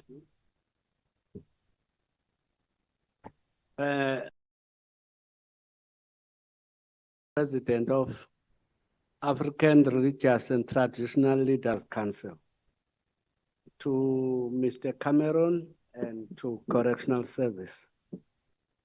Mr. Cameron, we are afraid now because almost every day there are memorial services of gun-related matters, whether political or not. Number 2, Mr. Cameron, if the police that are intelligence are involved in this, when you speak about suspension, are you referring to General Khumalo? Why not expulsion? If Cindy Somakaka was killed by a gun that was provided by a policeman, are we still safe in our country? And the breaking news almost every day that government official is implicated in these things. Somebody said to me, the statistics say that church is almost 60% leading in terms of crime. But I can say now, no, government is leading, not the church. We as church members who are dealing with our own members, if the evidence is provided. To the correctional services, Madam, we are still not happy about the special treatment what was done to Omotoso by your department. In the first time of his prison serving, we had to go and take the keyboard, that is the musical instrument. And we are not explained why is he deported, not facing the music. As a religious leader and a clergy, same applies to Bushiri. They must come and clear their name so that they can occupy the spiritual pulpit. If your name is not clear, so we don't regard you as one of us until your name is clear. Okay. Thank you. Thank you, Bishop. Hand number 6. You will see that if you, ideally, I will prefer that you ask a question in 1 minute, but if you exceed 2 minutes, I give you until 2 minutes, and if you exceed 2 minutes, I stop you. Okay. 6. Yeah. Good morning. I'm from Organization of Independence. I want to greet all the leadership media houses, chairpersons. I've got one question for Honorable our leader Jane, that is in the Home Affairs Department. Our people are sleeping on the doorsteps of Home Affairs offices while we have a job shortage. Is there a possibility that you can create a night shift or maybe 3 shifts? Because I mean, there's a demand for ID documents, birth certificates, and to Mr. Ian Cameron. Why is it so difficult to get firearm licenses when you apply as a business owner or ordinary citizen to protect us from these hooligans with illegal firearms, selling by the police, corrupt officials, while they're killing us for money? And to Mr. Ian Cameron again, the third one and final one, the CPF of the Bishop Lavis area, they are so useless. I would like you to come and look into the CPFs because they're not doing their work as community policing forum. They're walking around, getting paid for doing nothing and adding no policing to the Bishop Lavis communities. Thank you. Thank you very much. 7. Thank you very much. 7. Yes. Yeah. Did you raise your hand? Isn't it after him? Did you raise your hand before? Did they allocate you a number? You didn't? Yes, I'm after. 7. Oh, 12. 7. Thank you, Mr. Mutapo. My name is Zamukolo Mfihlo from the Gugulethu CPF. I would like to ask the question to the Honorable Cameron. I was laughing this morning because last week on Wednesday, when I was speaking with the NCA, talking about the acting station commanders in Gugulethu for many years. And this morning I hear that we've got a new station commander that has been employed permanently. My question is that, as a Gugulethu from 2011 had the people of about 28,498 in 2011, and we've got the sector commanders that are 4 in the low ranks. Some of them are constable, and some of them are what you call. But those the policemen that are policing in Gugulethu, about plus minus 300 houses. And those policemen, they don't have enough resources. When we are talking about Gugulethu, there's only one thing you will hear, that we don't have enough resources. I'm saying this because of in 2 weeks back, there were 7+1 men that have been gunned down by the 2 men that have been released in prison. When they go back to Gugulethu, they just do the mess by gun down in Kanana, and one on the way. It has been 8. Now I'm coming to you, Mr. Cameron, asking about the Gugulethu that has been many years waiting for the new police stations.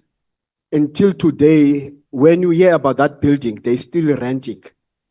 So you find the Gugulethu people, even today, no one wants to testify because they feel that end of the day, because of the lack of the resources of Gugulethu, no one is safe.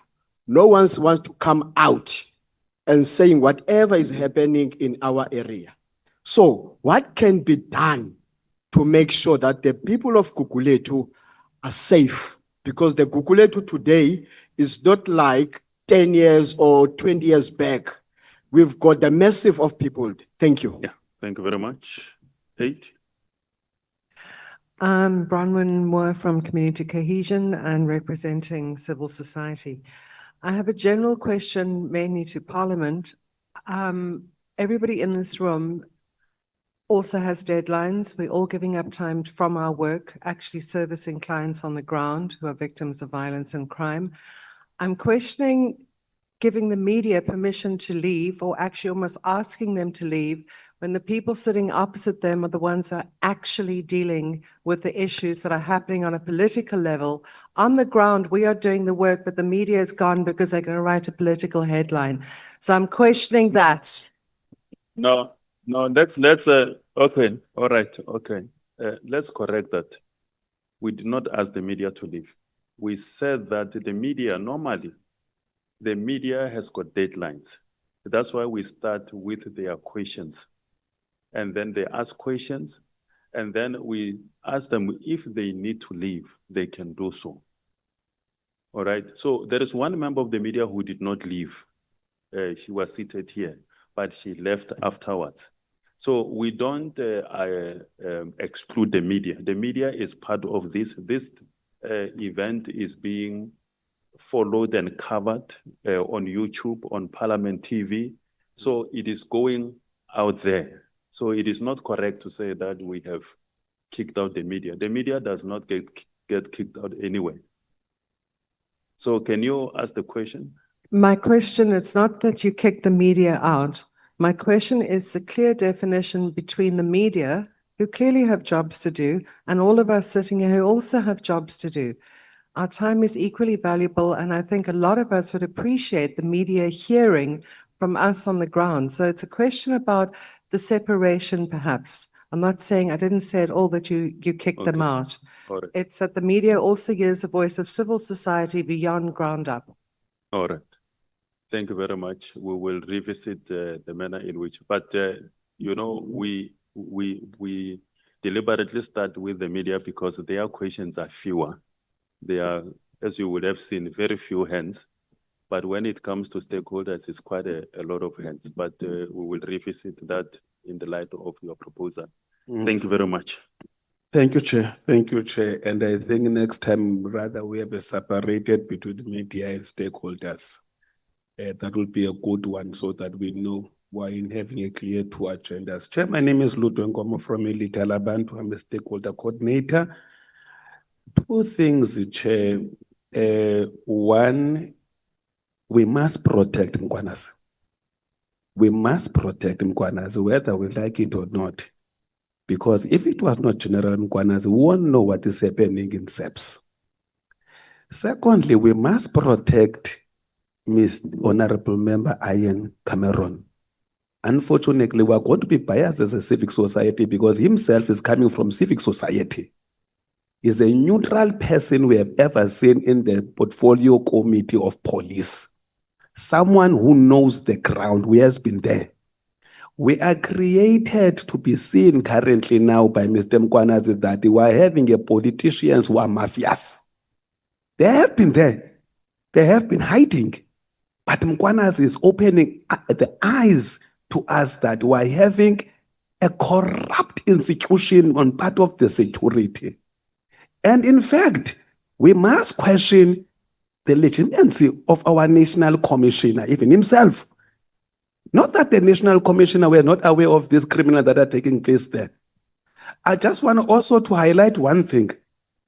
If we can go back to the corporate punishment, we won't know what we were fighting for. Because the reason we abolished corporate punishment, particularly in schools, is because of the educators who were taking advantage of that in terms of making sure they are dealing and they are making sure that when it comes to corporate punishment, it's a political thing. It's a political agenda. The minister will wake up tomorrow in the morning and say that corporate punishment must come back. He must know he's going to deal with this young generation because there was an agenda behind abolishing corporate punishment. Thank you. All right, thank you very much. Number 10. And we will revisit the issue of separating both the stakeholders and the media. Because so that but the idea, the reason why we separated them, we got a complaint from the media that if when we combine you, they spend a long time here, we finish around 3. So they are complaining that they don't have sufficient time to file their stories. So that's why we wanted to get rid of them first, so that we can have a quality time with the stakeholders, with your good selves. But we do take that. So you wanted to spend quality time with us? I know. We want to spend that quality time with you, and we are doing With it. civil society. No, you're brave, eh? But yeah, Chair, The Constitution requires us to do so. We don't have a choice. no, thank you, Chair. Thank you very You know, the revelations of what actually took place yesterday could easily just, cause a lot of chaos in the country, specifically with the level of distrust that is already, that's already there within the country, specifically on our criminal justice system. And, sitting here, I wanted to also go on a rant with all of that, but I had to sit down and write my questions so that I don't go beyond all of that. So I want to say, given the persistent policy and implementation gaps that continue to undermine the response to gender-based violence and femicide, including inconsistent sentencing, inadequate police training, and poor coordination across the criminal justice system, what specific measurable steps will this cluster take over the next 6 months to ensure that the proper implementation of the National Strategic Plan or GBVF, particularly Pillar 3, which speaks on justice, safety, and protection, particularly in communities with higher rates of violence? Sad enough, whenever the crime statistics are released every single quarter, they almost mirror each other. And this speaks directly to the systemic gaps which have that we have been highlighting over the years. How will you ensure that these commitments finally translate into meaningful change on the ground? And how will you then report to us in a most transparent manner, particularly for organizations within the community and the community themselves? Thank you. Thank you very much. I think we are now 12, ne? 12, yes. This is number. I allocated you 12. I mean 11. So I thought that we were now 12. You are 10. Okay, and then you are 11. You didn't record your. I'm Siabulela Monakali from Elite Labanto.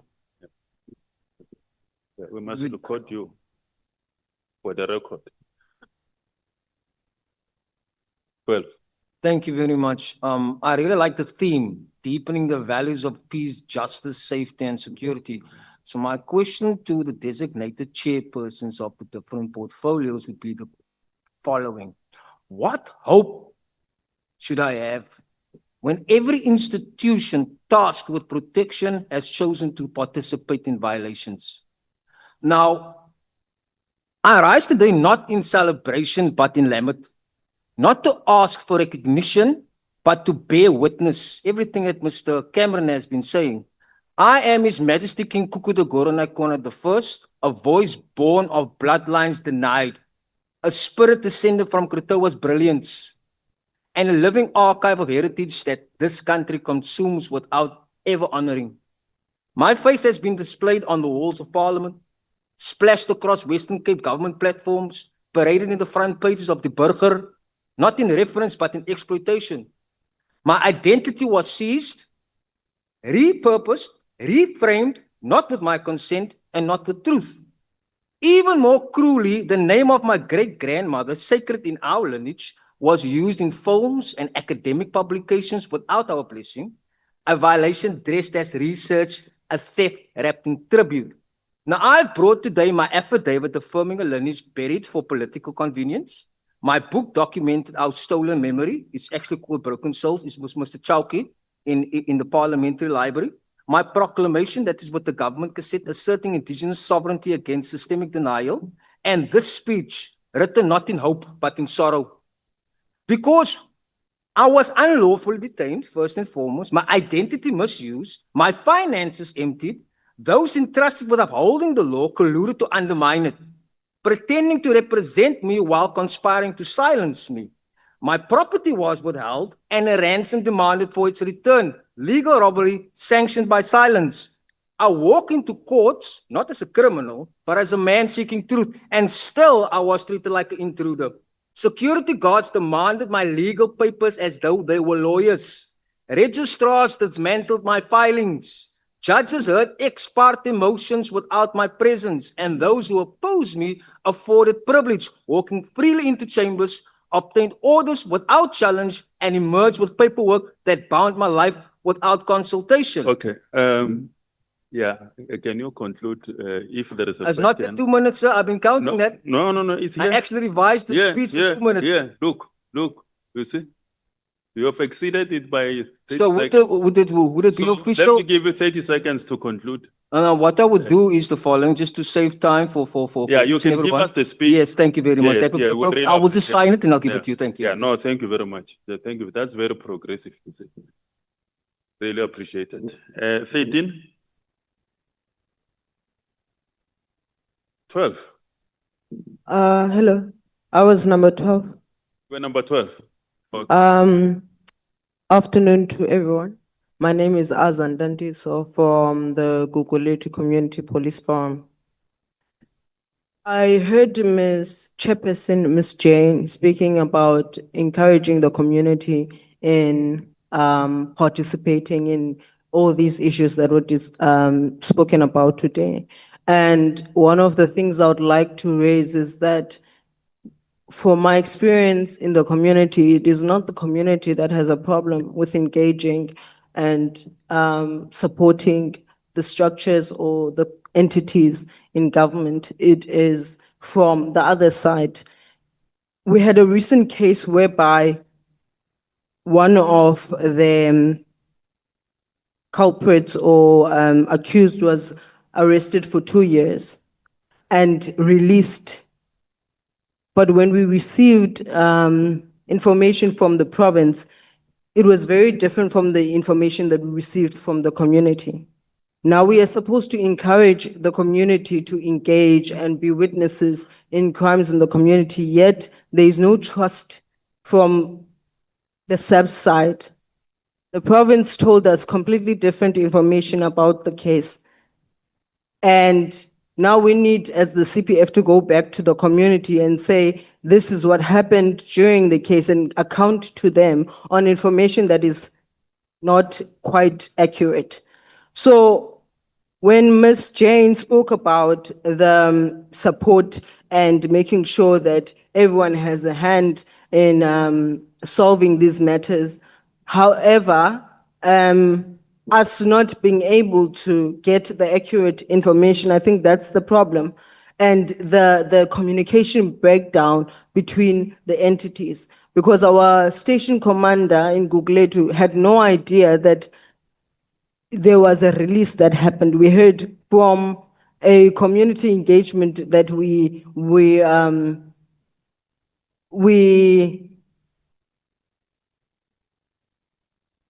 hosting.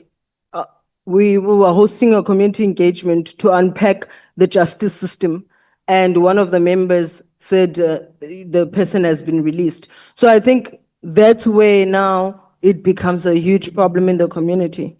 So my question is, what changes can be made to make sure that the communication is flowing within the entities and the community, and there is a support system for the community? Thank you. All right. Thank you very much. Thank you, Mr. Matapo. Number 13. Yeah, thank you, Mr. Matapo, honorable members. My name is Queen Belinda. I'm the living embodiment of the coat of arms. I'm a Hottentot woman.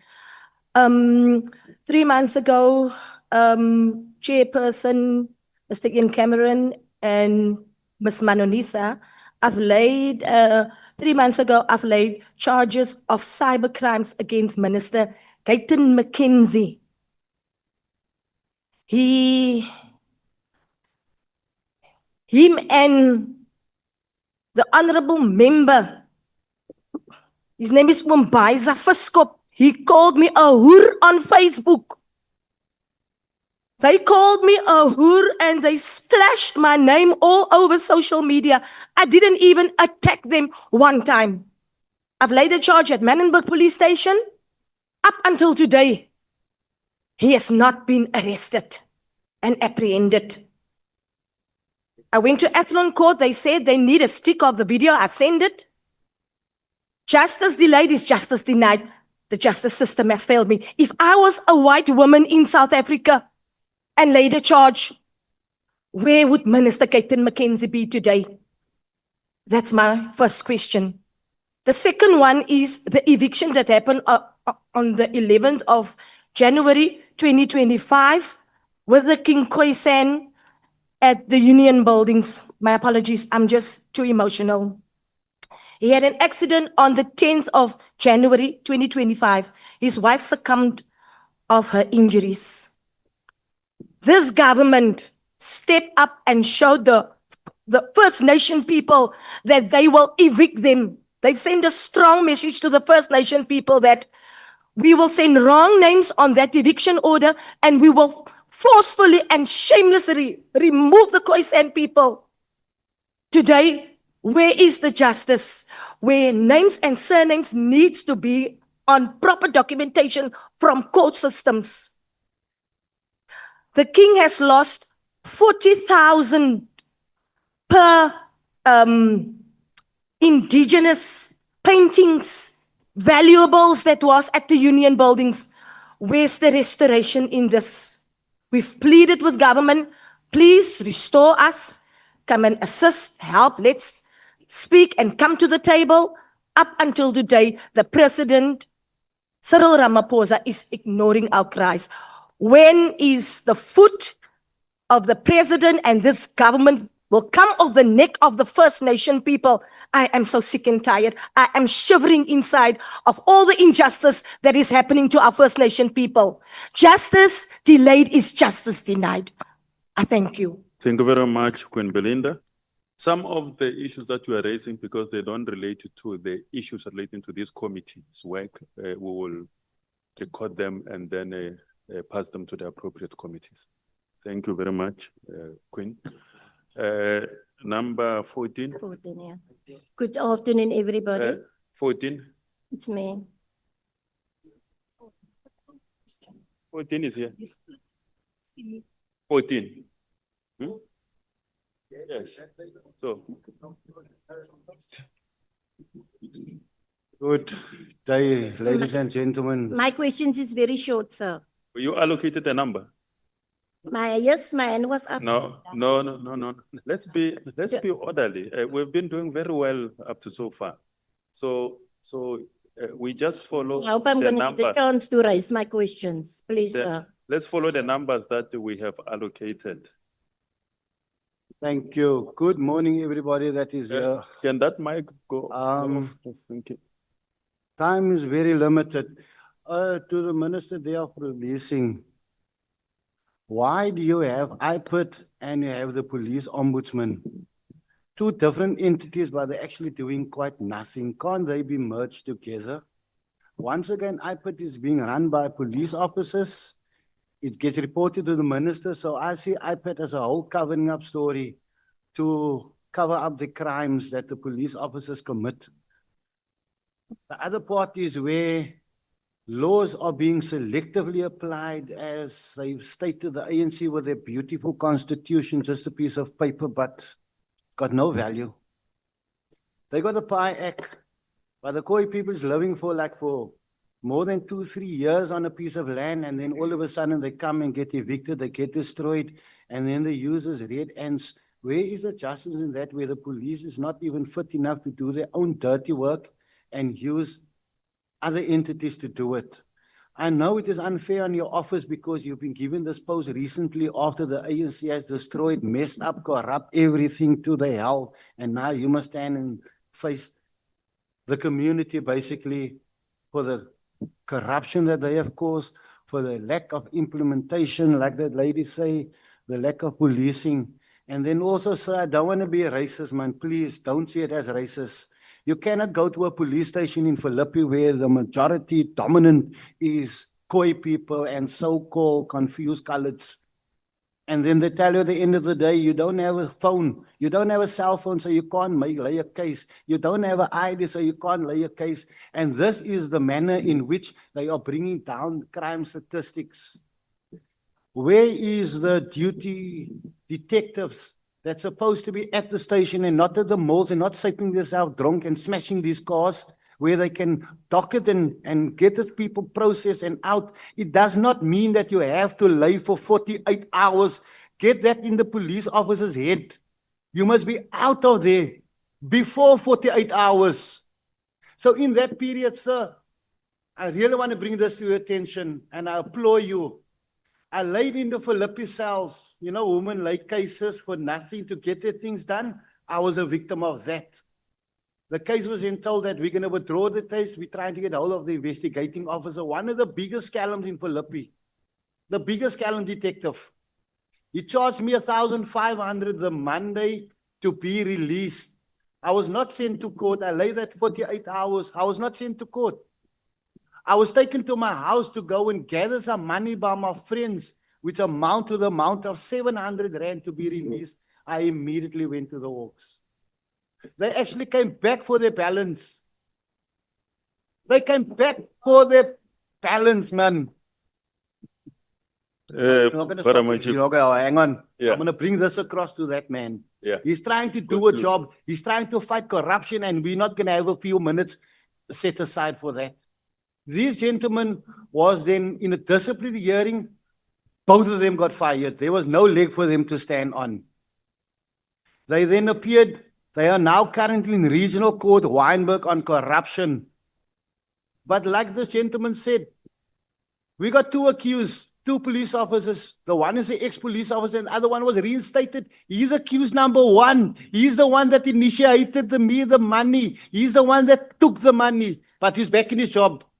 So how much I feel on the road now? We, like that lady said, Google later, wherever you stick your neck out and you'll get killed.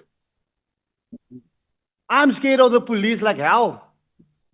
I'm scared because I was told, sorry for my language, no, like you don't, we're gonna fucking kill you. Hey, I got a docket where my place was vandalized. The investigating officer, there's not even a page in that docket. That docket is just so flat. He should be charged with defeating the ends of justice.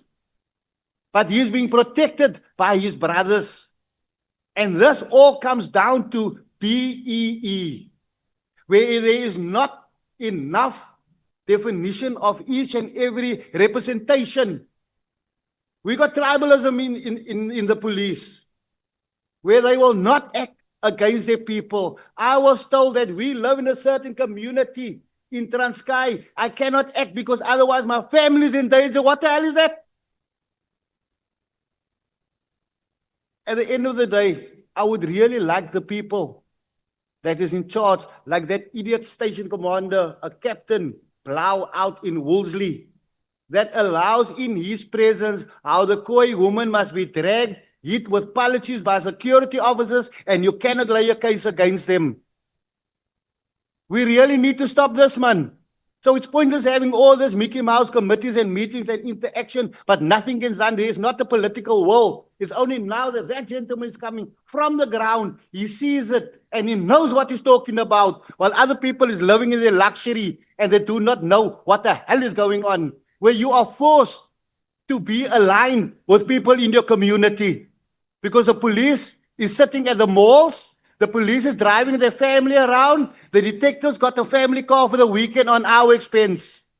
All right. We need to charge the station commanders. They need to be criminally charged. And why do you want to go such a long way for all these corrupt people? Get the officer that's duly appointed under Section 42 of the Criminal Procedure Act, makes him a peace officer. He can then arrest any person. But where do we have to start? We'll have to start with that corrupt president. Where is his mouth on this matter? He is quiet because he appointed that people from a certain rank. The president signs your appointment certificate. So that is his gang of robbers and crooks, which is he is the leader of it. Hy is die grootste 26 in die Kaap. That is noted, sir. Thank you. Thank you very much. Number 15. 15. It's me? Yes. Okay. John Johnson, Prime Minister of the United Sovereign Kingdom. First of all, I want to say that I do take my hat off for the provincial minister, provincial commissioner Xola Nqola for what he did yesterday. At least there's one of the few that stood up against this corruption in this country. And then the question was asked earlier on about how many cases by the chairperson Cameron. It's 612 cases that the political killing task team has opened up, and 128 of the accused were sentenced, and it's still ongoing. Now, my questions come to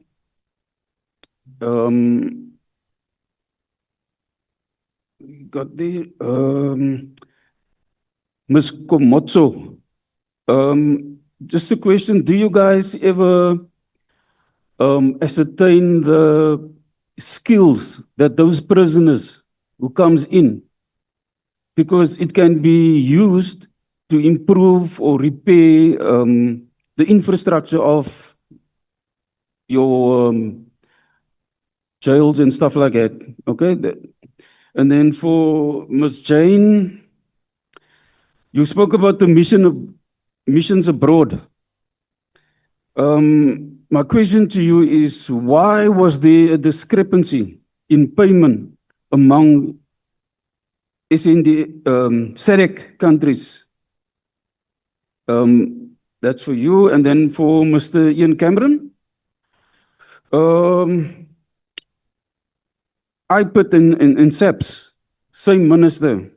Don't you think it's a conflict of interest? And then the last one, Mitchell's Plain, 18 deaths over this weekend, a war zone. And you don't even see the minister anywhere close. No action plan. What do you think we should do about this? And I thank you. Thank you very much. 16. Is it now afternoon or what? Good afternoon, everybody. Trust that you all are well. I'm Senior Paramount Chief Connor Cornelius Botha V. In 2001, and I'm going to talk to everybody because I don't want to mention certain names in certain, then for me, it's about peace and security cluster. So I'm talking to the three. You know what? In 2021, I was having a meeting with SAPS National and Provincial. I give them a solution. Give our people back for us. You see, because the politicians and the foreigners and the colonizers don't have an appetite to protect our people. The other day when Trump, had Rupert, the hero of South Africa, when he fooled everybody there to talk about the killings in the Western Cape, if he is a man with something up here or a heart, he was supposed to come in long time ago and said, people, can't we do something? Not go and brag there how we care for the people of the Cape Freds. It's rubbish, man. You can only say that if you, from your side, have to do something to help people. I feel that the peace and security cluster is captured. And I told them in 2021, 45 station commanders in one room. I challenged them. I said to them, you are the drug lords. You are. I faced them in one room. And everybody in the Department of Justice, if you are not doing your work, you are the same. Because what are you doing there? What are you for there? Just for pay? Just tell us. Then we can do our own work. I salute Mr. Cameron for his role that he's playing. But I want to come and say, I think South Africa has come to a point where we are sick and tired of a government that wants to hold safety and security in their hands, but even pray that tomorrow morning all our people are killed in the Cape Flats because they do nothing about it. And the last one is, Mr. Cameron, it's time that we need to address that with an independent police force, not an association associated with politics and whoever, so that we can deal with these culprits immediately. Amaze. Thank you. That's the last one. No, I'm sorry. I'm the last one. I was number 6. The last one. You lost the number along the way. Number 17. Number 17 is me, sir. Sorry, sir. We are following the numbers. He's now 18. Sorry, he's now 18. I'm number 17. No. Let's you know, I respect traditional leadership. That's why, okay, can we listen to each other? I'm saying that I respect traditional leadership. Good afternoon. That's why I'm giving, when I'm saying I'm allocating 2 minutes, I ended up allocating 5 minutes, 8 minutes, because I don't want to stop you because you are going to fight with me. But don't also take my job and start allocating additional numbers to additional hands. Okay. Can number 17, you are number 17, sir. Okay. Yeah, if you can do it in 2 minutes, I would really appreciate it. Good afternoon, everyone in the house. My first question is to Mrs. Ramalobeng. You mentioned rehabilitation and integration and the cost involved. It is not working. It is not working at all. We all know. I suppose by now you must know that too. That rehabilitation programs that are being presented or in prison, it is not working, because when these people are released from prison, they can't find work because this very same government has got institutions in place, whereas when you apply for a job, they want to know if you're an ex-convict, if you have a police clearance, how will these people ever find a job? So these correctional service leaders over there, I know what they endure to try to assist the community, the society of crime in prison. They try their very best, but when that person is released, he did this program and that program, all their hard work is totally in vain, because there's no company that will give them employment because it's got a criminal record. My second question is also very sweet, and so this is to Mrs. Mandaniso. We have so many army camps where people are just sitting there. The government must maintain them. It is cost a lot of money. Here we're sitting in Mitchell's Plain. You know what? Apartheid was bad, and I'm not trying to badmouth it. When what happened in Mitchell's Plain recently, where so many people has died because of gunfire, the apartheid government would have had the army in. What is stopping this government? Is it because colored lives and Khoi lives doesn't matter? Thank you. My last question is for Mr. Cameron. I'll be very short, please. Mr. Cameron, I have so much respect for you because on the issue of firearms resurfacing, I congratulate you on that.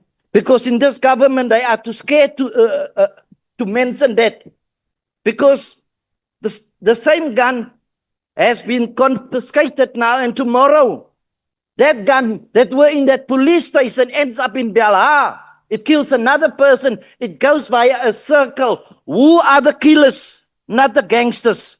It is the police. And I apologize for those policemen that are sincere in doing their job.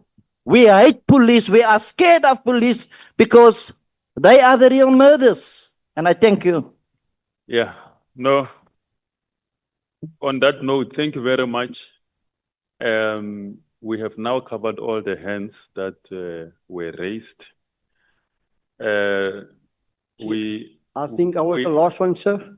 Protocols observed, number 18. Okay. No, I allocated the hands up to 18, up to 17, not 18. Yeah? Yeah, up to 17 because I was taking. Look, there are a lot of issues we have to agree.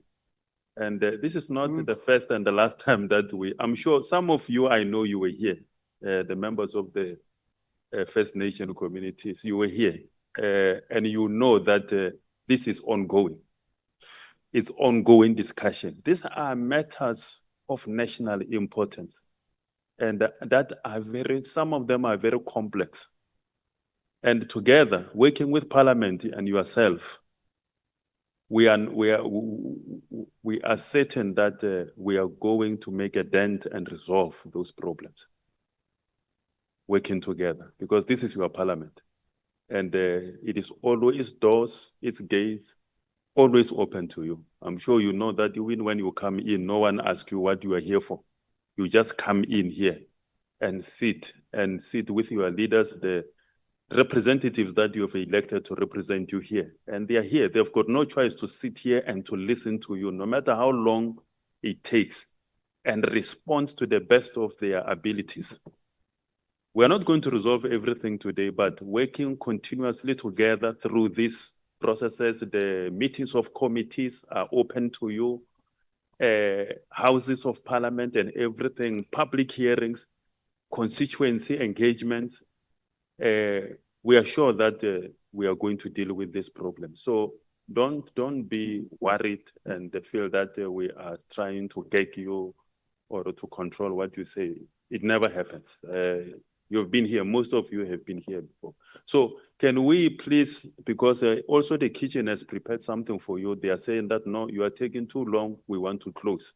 And we don't want you to come here and leave hungry as well. You see, this is your Parliament. You must at least get something to eat. All right? No, we are not offering gravy. We're offering proper lunch. So can we allow your public representative to respond to you, and then we break for lunch? All right? Thank you very much. I'm going to start with Honorable. I know that she has to leave because she's got another meeting where they are waiting for her. So let's start with her, and then we come to Honorable Ramulubeng, and then we finish with the chairperson with the most issues to respond to, Honorable Cameron. Thank you, Mr. Molapo, and I want to actually alleviate the fear that this is just a talk show. As members of parliament, we are responsible, constitutionally so, to consult, cooperate, and coordinate. So all your questions that you have raised here is not like just an exercise. If it's so, which means we don't take our work serious as members of parliament. So I believe that in this 7th parliament, as we did, so help me God, we did it understanding that we need to be constitutionalist and revolutionarist. So I want to commit to yourself that whatever that you said, I have taken it in faith and noted it. And I would like to start with the man who has raised that he's been abused. You see, the problem that we have in our society in general is actually talking about crime as a normal thing, yet it's very abnormal. And I want to say to you, bring that case to us as the select committee of the NCOP. In the NCOP, we have a permanent delegate from Western Cape who would actually follow through that particular case to the latter, so that you get that 700 back. I could imagine if you, yes, but I'm just saying, imagine if you don't have money and you are being accused and that thing has never happened and all the processes were not undertaken properly. So, I mean, you are actually normalizing abnormality. So I want to say to you, there's an honorable member from us as the NCOP, Honorable Gotzel and Honorable Gerik. Honorable Gotzel comes from the DA and Honorable Gerik from the EFF. They are permanent delegates representing your issues on the side of the Select Committee of Security and Justice. So I would like at some point to have that detailed report with regard to that criminal case. And I have my support staff here who is the secretary of the committee. Anything that you need us to follow through, like that issue of the minister of the Patriotic Alliance, bring it to the Select Committee and we will deal with it. We are the Select Committee that believes that we are all equal before the law. So I don't think that it is right that we wait for such platforms and then raise these criminal issues. Yet again, we have all Chapter 9 institutions that we can put to task to ensure that we deal with our issues. And I want to appreciate the comment and advice as raised with regards to the issue of Home Affairs. I would like to say to you, perhaps you would need to check on YouTube on what we said when we were passing the budget of Home Affairs. We spoke that let us employ what has been actually been given by GPW in terms of overnight shift to deal with their backlog. So I said to the minister then, can you deploy the very same system in responding to issues of Home Affairs? But I can tell you for free, sir, with regards to Home Affairs, digitalization is important, modernization is important, and automation, and as well human capital. So we are pushing in all fronts that if there are funded vacancies, let people be employed, and we must ensure that there's capacity, whether be resource or human capabilities. So whatever that you said, you can follow through and see that we are really committed in responding to that issue. Because I mean, issues of Home Affairs is from cradle to grave.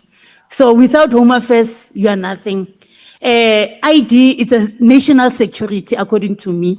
So it is important that everybody should have an ID from birth to death. And then on the issue of the MK military veterans, ma'am, I want to indicate to you that it's not only your MK, Yom Konto Wesizwe only. We have APLA that is involved. We have SAMVA that is involved. And as well, we have CMVO. Those are organizations that are actually by law, by the act, they should benefit in terms of their military veterans benefits. And they are beneficiaries. So I think what I can say is that you can check on Google the update in terms of how the organization has been actually composed in terms of those who need to benefit.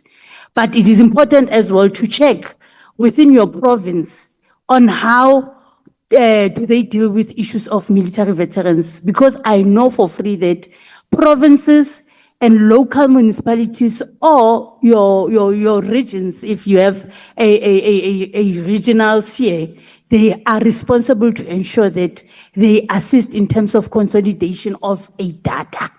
We all know that delay in terms of military veteran benefits is this inconsistent of their data in terms of who's supposed to be benefiting.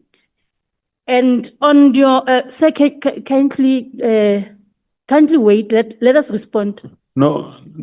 We can. No. It's unparliamentary to do that, sir. It's very unparliamentary. Because you have raised the issue, we have given you so much time to raise, so allow some time to also for response.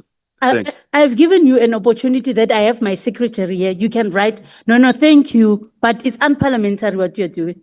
So I want to speak to the young woman there. I have noted your issue with regards to the community being involved and readily available to participate in terms of ensuring that we keep crime. But I like the fact that in whatever that you have related, you have just given us as well the concern that maybe the issue is the stakeholder relations. So with that issue, you can write to us as well so that we can come to Guguletu and have a stakeholder engagement with everybody on board just to check what are the issues. Because if you are part and the component of dealing with safety issues and you are not just taken as by the way factor, it doesn't work like that. In our work as members of parliament, when we do oversight and accountability, we know that stakeholder relations is part and parcel of the component that must assist police or this cluster in terms of dealing with crime. So we would like to exchange the contacts so that we can deliberately deal with the cause and deal with the issue. And then on other issues that one have noted, I want to say to yourselves, we have a petition and undertakings committee that has just been established in the NCOP to follow through all the commitment that has been done by ministers or during such sessions. If you feel that your issue has not been dealt with, you write to us as the petition and undertaking committee. The chairperson there is Honorable Mukai from the DA. So we go through your petition and follow it through to the latter up until we call the executive to come and account. One of our responsibilities as members of this house and both houses is to ensure that we do oversight even on the executives. So whatever that you have said here, it's noted as we'll be engaging with different ministers from all our entities. Would deliberately, I like using the questions from members of the committee because we are here as your mouthpiece. Questions that you have asked here, I must be able to use them to ask the minister, why not this? And this is what the community suggests needs to be done. So be assured that we'll deal with the issue. On the issue of SADC discrepancies on the salary, I want to indicate to you, sir, that the Minister of Defense has initiated an investigation into SADC discrepancies. So just follow us through as well. We'll be engaging with the department and I would ask on your behalf and we'll make sure that you get my secretary contacts so that you get your fully detailed response because it is important that you would need to get to understand what is happening with regards to that matter.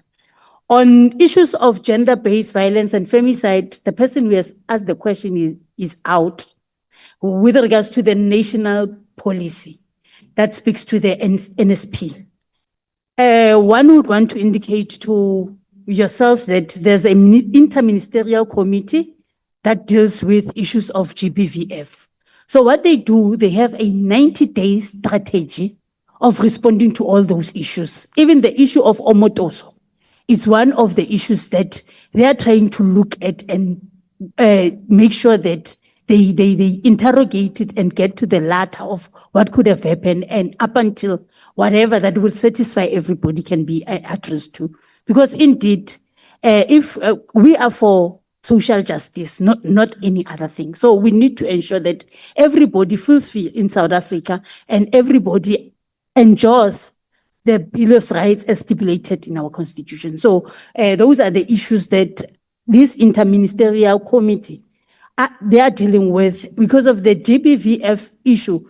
It's a pandemic as pronounced by the president. And what they did is to ensure that they have a turnaround strategy on responding to issues every 90 days.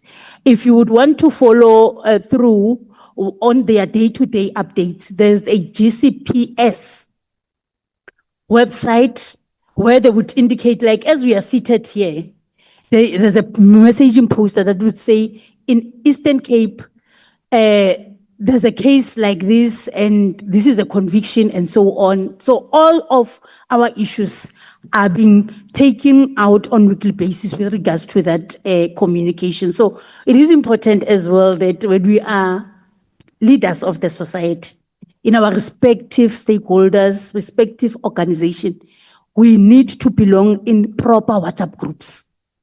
Not the WhatsApps that just forward,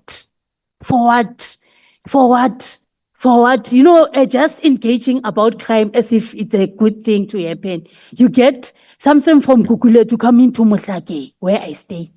Yet there is an issue just happening by our next door that we can intervene on and deal with it. So there's a need that you must belong on the government messenger so that 5 minutes you'll be updated in terms of which department is doing what, how, where, and you know. And I think as leaders of different societies, you can use those particular websites to ensure that you inform and give accurate information. Because as a leader, people are looking at you for proper information so that they know what is happening. Some of the things we are where we are on the basis that others, they don't have accurate updates on what is happening currently as we are sitting here. So it is important that we actually belong in this particular WhatsApp group that are informative. But again, Ntate Molapo, I want to indicate to this house that as the NCOP, we just came back from our strat plan where we have taken a decision that our work as members of parliament and the NCOP management should be community-centric. That everything should be community-based. I'm not going to come in a portfolio committee and then raise an issue just coming from my bedroom. It will be an issue that comes from the society as a mandate to say, they are saying they want to see this. Because we are representing yourselves, not our jacket. So just follow through as well the NCOP, because I see most of you follow the portfolio committee. While the NCOP is actually physically carrying your issues on a daily basis, specifically per province. So it is important that you come that side as well when we have our parliamentary session. The nice thing about your CIC there, he was part of the discussion of our Africa Day program. And we made a commitment that from now onwards, a new pastor, we made a commitment that anything that has to do with South Africans must represent the demographics of this country. And we are very clear and we are very deliberate because our transformational agenda speaks about us, not the few, or not those who are close to proximity. So I want to say to yourselves, as you always use this site, come as well and use that particular site. And as I conclude, we believe that as a sector, we can only respond to our issues if we work collaboratively so and consistently so every day in terms of our plan to ensure that we deal with safety issues. Because the issue of the budget, it will forever continue happening on the basis of our economic fiscus. But there are other programs that we can do without speaking about big budget, but checking who has what, who can help us in terms of resolving other issues. So we are not apologetic about ministers working together to ensure that we keep South Africa safe as we build better world and better Africa. I thank you. Thank you very much, Honorable Mananiso. Honorable Ramulubeng. Sorry.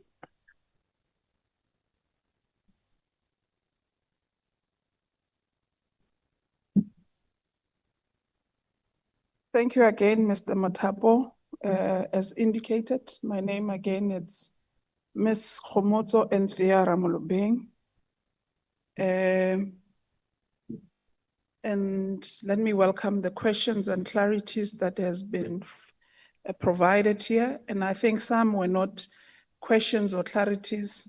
There were more comments and recommendations or suggestions on how to better improve the work that we're doing in portfolio committees and in also making sure that we hold both the executive and the department accountable for their work. As indicated when I started the the briefing with regards to correctional services. I had indicated that I'm not here alone. I have a team in my office, the Chairperson's office, and I'm also equally supported by a team from the Minister's office, and both also in the Deputy Minister's office, and including the National Commissioner's office. And the reason for that is because if there are pressing issues or matters that are raised here by stakeholders that urgently need to be addressed, they're here to take note so that when they get out of the session, they can then address them. And equally, if there are matters that have been raised here that requires an updated information that we could not have been able to forward or to give to you, they are here for that. That's part of the reason they are also equally forming part of the sessions in trying to provide solutions and equally tracing issues that are being raised. And one of those would be the Omotoso issue. On the deportation process, I think that becomes the Home Affairs matter on deporting Omotoso to his country of origin. But I think the matter it's a controversial matter that has been in our media space for a very long time. And if you follow it up, we would have heard the Minister of Justice, who equally was dissatisfied with the outcome of the courts to an extent that alluding to say they will appeal the judgment. So this is a matter of justice and NPA in appealing the process. But if it does appeal the process, Home Affairs then must do its process to try and bring back Omotoso to stand trial up until completion. So when that happens, so it's a justice. It's unfortunate that the Portfolio Committee of Justice, he is not here because of his unwell. He would have brought justice to the matter. And I speak because of previously in my previous term as a member of parliament, I did serve in the Justice Committee. So I'm airing what a process that unfolds when the matter happens. With regards to the keyboard that has been alluded, that has been found in Omotoso's cell or whilst he was a remand detainee, the department says there's none that was found in Omotoso's cell when he was detained in St. Albans management. An investigation was done, and based on that investigation, its conclusion, none of those or that alleged keyboard was found. Because of immediately when that was raised, I sent a message to get a response and clarity on what a process that led to him to be able to be allowed to have a keyboard in his cell. And that is a response I get. Equally to the issue of the treatment. So it is the allegations on treatment, they're saying there was none. So he was treated like any other inmate in the correctional facility. And this was equally done, an investigation was done on it. But before concluding on this, I want to probe something to all of us. Inmates, whilst they're incarcerated in correctional facilities or they are remand detainees in correctional facilities, they have certain few special things that are given to them, treatments, not treatment per se, Dr. Musoma, but they do have an opportunity to apply to use a radio, but there's a specified radio that they use. Because of some of the things that are not allowed in correctional facilities, they get to be referred as contrabands, and therefore they're illegal. So issues of phones are not allowed, issues of chargers are not allowed, and all other things. But for a TV and a radio station, there is a process that inmates do apply to have those. And an application goes to the head of the center, and once it's approved, then an inmate would be using those type of things that they do. So I'm not sure with the keyboard, it is allowed or not, but the department is saying there was no such a thing of a keyboard that Omotoso was using. So if there is evidence to that, that says he was found with the keyboard, I would kindly ask that they Sia, where are you? Please stand. Sia is my committee secretary. Please give liars with him immediately after this briefing and provide with that. I can certainly assure you we'll follow this up until the last matter so that the department or the facility or the management in St. Albans can tell us why would it lie and say none were found when there's evidence to it. So there would be accountability and consequence management to that effect. And on issues of skills development in inmates and making sure that they get them and they get skilled, when I presented, I indicated that there are kitchens that have been closed down in correctional facilities because of the in a dire state, not conducive to be operated in or to cook any food in it. And we had made a recommendation as the portfolio committee that whilst they repair and refurnish those kitchens, they must use offender labor. And part of offender labor, it's inmates. So in Durban Westville, I can confirm here that the process of clearing up that kitchen in medium A has been done by inmates. So the scrapping, the painting, all the works for now, it's done by inmates, whilst we try to resolve the issues of public works and the department, which is in dispute. But what we've encouraged is that in the midst of those disputes, let them use inmates as part of skills development to try and deal with the day-to-day repair or maintenance of facilities. Durban Westville is a case in point. Mudapi kitchen also is another case in point that they are doing. So it's part of recommendations and the department is adhering to them. And it has been adhering to some inmates. You know, if you do an oversight, and I know civil society, NGOs and NPOs are welcomed in correctional facilities except political parties. Whilst you enter the correctional facilities and you go to workshops, you get to be exposed by the work of inmates that they do, including furnitures. You go to Goodwood Correctional Facility, the court that is in Goodwood there, the furniture that is housed there is done by inmates. You go to the former Minister of Correctional Services, the house that he stayed in, the furniture inside is done by inmates. And it's beautiful furnitures. At some point when I started in the previous term, I wanted to implore, there's a headboard I saw in Bosbeck Correctional Facility when we did an oversight. I loved that headboard. It was a beautiful, these new trends of headboards. It was done by inmates. It's just that the process of trying to procure it became a bit stiff, which is one of the things that we're speaking to the department to try to sort out, so that if there is a willingness from outside to buy, it must be a seamless process.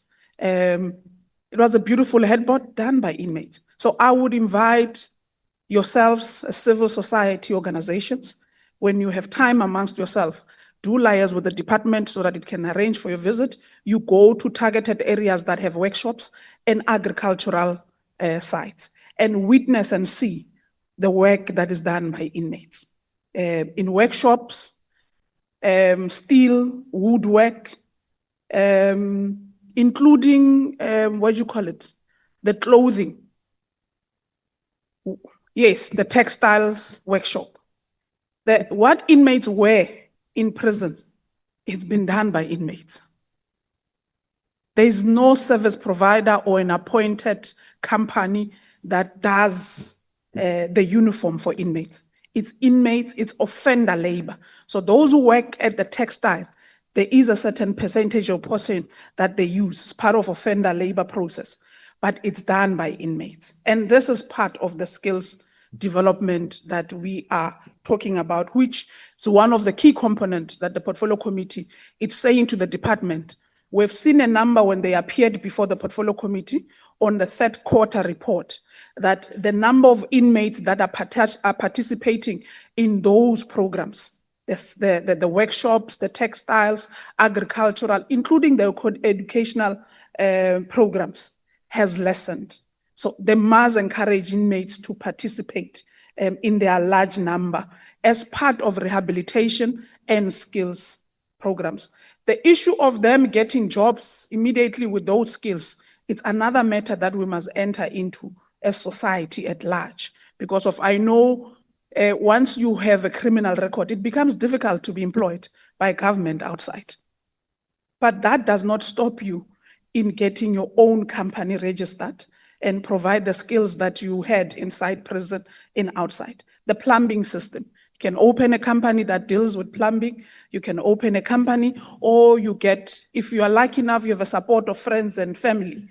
If you have been working on the textile side, buy machines and start doing your own tailoring outside. So that's what it encourages. Whilst you still seek employment, but there must be other avenues or opportunities that you get to venture into. So those are part of the skills programs that the department is working on, and those are part of the processes the department, as the portfolio committee, were equally monitoring as and when the department comes and report on their first quarter or second quarter or their third quarter, including when they come and report on their annual report to say what is it that they've done as the department post 2023-2024 financial year, and when they need to take accountability on that. So I think I have touched on the job implications, including the skills. The cost to it, what was a worrying factor to us as the portfolio committee, is the allocation that the department would have given to these programs. We're saying it's too little, especially if it needs to produce more. And if it's part of their work in incarcerating inmates, is to make sure that they are rehabilitated. And if you need to enter into a stage of rehabilitating inmates, then you must budget a very sizable allocation to it. But if it's lesser, it means also the intake becomes less.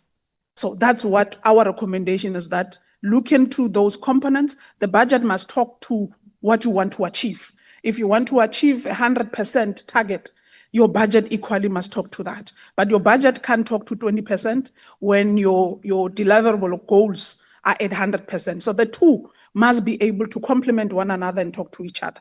So those are our recommendation on the department. But outside that, I would, as I did in January when I was here, encourage that you do join the portfolio committee meetings when they sit. The portfolio committee on correctional sits every Tuesday. If it's virtual, it's 9:30. If it's a physical sitting, it's at 10 o'clock. Members of the community are allowed as observer status to come and sit and observe on processes of parliament. So do come on board, and then so that we are able, and equally, if you have recommendations or suggestions on how we should try to assist the department in dealing with the current challenges that they're facing, they're more welcomed. Our details and information are on the website when you click to it. I think my numbers are now all over because I get almost people who raise their frustrations or issues on a daily basis that we try to tackle with. They're more welcome, the suggestions, and we tackle these challenges that the department faces together. It must not be an isolated or an isolation of only the portfolio committee that is given that responsibility, but all civil society organs on board, and we see whether in this battle we'll be able to win. Thank you so much. Thank you very much, Chair. The last response comes from Honorable Cameron.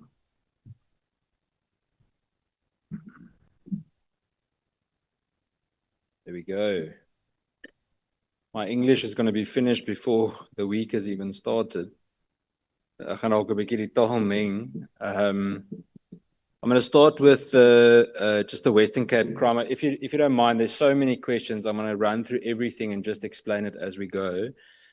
Just in terms of Western Cape crime and me not being as vocal, I would actually like to invite you. I was in Tafelsig on Friday night again after all the shooting. I was there on Thursday night as well. I was in Googs, I think 4 weeks ago, I stand to be corrected. But unfortunately, it's difficult to get everywhere. And I'm going to be very honest with you, is that I need to be very careful, even though my political constituency is in the Western Cape. I have to give the same amount of attention all over the place. Just in terms of what we have done, I can honestly say to you that the amount of motions, not just from me, but from the entire portfolio committee regarding specifically areas of concern, whether it is Inanda, whether it is Guguletu, Alex in Joburg, whatever the case may be, has been overwhelming. The frustration that I've had, and again, open cards, is that we don't get a substantial answer. If it were not for our oversight visits to public order policing units, for example, I promise you that most of them, for example, in the Western Cape, as an example, would still have less than 60% of, at that stage, they had less than 30% of their vehicles actually working. After our visit and the reporting to the Minister and the National Commissioner, we suddenly saw a whole lot of repairs being done. But it shouldn't be that way. It shouldn't have to be that we kind of do surprise visits every time just to see basic things done. And then I'm not talking about seriously broken vehicles. I'm talking about having to fix a tire or replacing a windscreen or something like that. Recently, I saw one of the public order vehicles that had a perspex window that the members had attached themselves just in order for them to be able to work. So, you know, it's also unfair to them. I'll come back to more of the committee activity regarding that. Just in terms of the boss of CI in the Western Cape, at the moment, the head of crime intelligence in the Western Cape is an acting brigadier, Brigadier Moyana, according to me.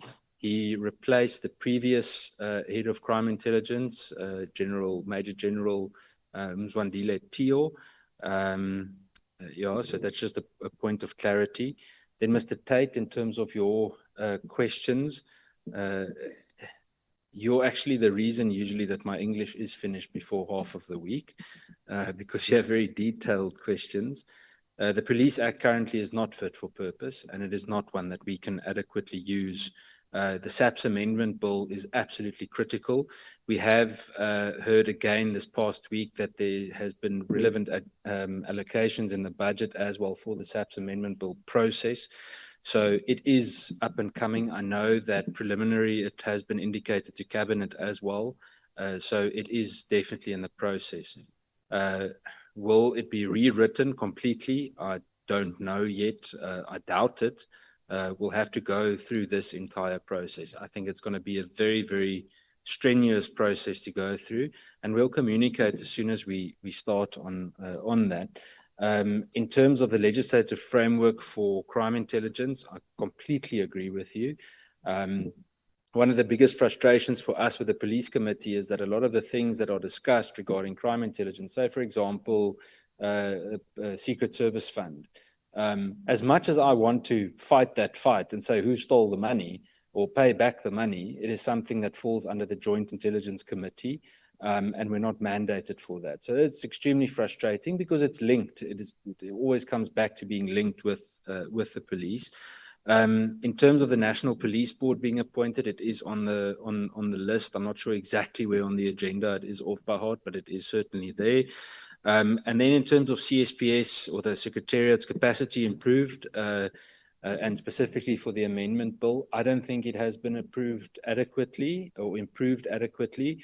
But what I am encouraged by is the attitude of Parliament towards it, and that there would be additional capacity created to assist in processing the necessary. So I must also say the last few months with the Civilian Secretariat has really been positive in the way that they present things and so on. So it seems to be that there is a very positive shift in the approach to certain things, and I hope we can build on that.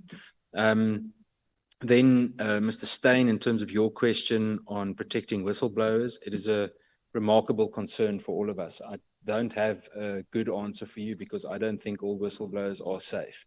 There's no use in me sugarcoating it. It's the truth. We all take risks in what we say. Very few of us have any form of additional layered security of any kind. So that's the risk we have to take. Is it fair? Definitely not. Something that was questioned during this whole budget process was the idea of better whistleblower protection and just witness protection in general. Unfortunately, the chair of the Justice Committee is not here to address that directly. But even within the MPA, it's not only protecting witnesses, but also protecting their own prosecutors and the risks that they take, because many of them simply do not have the protection that they need. I feel like I'm a bearer of bad news because I can just kind of emphasize or confirm what you're saying, because I don't see a direct solution in a short space of time. Then Bishop, you asked, are we still safe in the country? No, not completely. We're not. It's the reality. I mean, between 60 and 70 people murdered every day. We're not safe. If I were to tell you that you're safe, Mitchell's Plain came up so many times today. I think the last 2 times I was there, just in the last 2 weeks, while you're in a meeting, you hear gunshots going off a few blocks away. There's nothing normal about that. And we certainly shouldn't accept it as the norm, but no, we're not. It is important, and people might differ. We have seen a slight decrease in murder, but it's so minimal compared to the amount of people being killed that it's not something we can celebrate yet. So we acknowledge it. It's good if there is a slight decrease. If it's one less life that's lost, obviously we should welcome that. But we're not at a point where we're winning, in my opinion. I think there's a lot to do regarding that. There was a question regarding the difficulty to get firearm licenses. It's more of a frustration than it being difficult. So just start the process if you need to. Generally speaking, the feedback that we're getting is positive when people are applying for lawful firearm licenses. So but it is a very, very frustrating process, and it takes quite long. But I must also say that I think many of the regulations are good and necessary. If they are enforced properly, then we should stand by that. Then one that's very important, and I was expecting it to come up from the CPF representatives from Gugulethu, is the case of Auntie Goofy Lulama. And I don't know if that's the specific offender that you were potentially referring to, but I knew Auntie Goofy was the previous chair of the CPF there, and she was assassinated for speaking up. There's no other way of putting it. She was assassinated, and she's a remarkable, absolutely remarkable human being. And I have received an inquiry, I think last week, about the following up of it, because one of the people accused in that matter was also very arbitrarily just released and not communicated to the community in any way, which is very frustrating. Now, there I must also say that, and I'm sure the relevant chairs will agree with me, that there's this constant siloed approach, whether it's the MPA, the police, and correctional services. But I'm like, guys, if you want to do a crime stats release, you should be sitting here together, because social development should say, but this is what we've noted. We can address certain issues in this way, and immediately there could be some kind of an integrated approach in resolving certain things. At the moment, the police, and even though they need to be held accountable, but at that initial release of statistics, they take shots like there's no tomorrow, and there are certain things that there are different departments that play a role. So I'm just saying, I think the approach for that needs to potentially be changed. In terms of just something I noted, the last 2 times I was at the Gugulethu station, it was flooded again at the front. So, I mean, the fact that was ongoing, I know there was construction outside and so on, but it makes it even more frustrating. I don't know if that was resolved recently. In terms of the renting of the station, I am aware of that. We've previously said it should actually be a devolved station to give the station to SAPS to manage. The majority of stations that are given and become the property of the South African Police Service are managed quite well. What we've seen with oversight is it actually works quite well. At the moment, there was this constant to and fro between Public Works and the South African Police Service. Ended up that SAPS owed Public Works a large amount of money. And when they resolved that and a payment process was confirmed, then things started running a little bit smoothly, or more, a little bit better. Then there was a question as to the hope in the institutions. I really want to tell you that, you know, even though we share doom and gloom stories and challenging things, I want to tell you that there are magnificent people that still work in all of these institutions. And I don't say that lightly. I say that because I know many of them personally. And, you know, I make it a point that if I see a police vehicle standing next to a road, I stop there and I talk to them and I ask them, what are the challenges you face? And if you see the incredible motivation with which many of them still work, it is so encouraging to know that they are still there. So all is certainly not lost.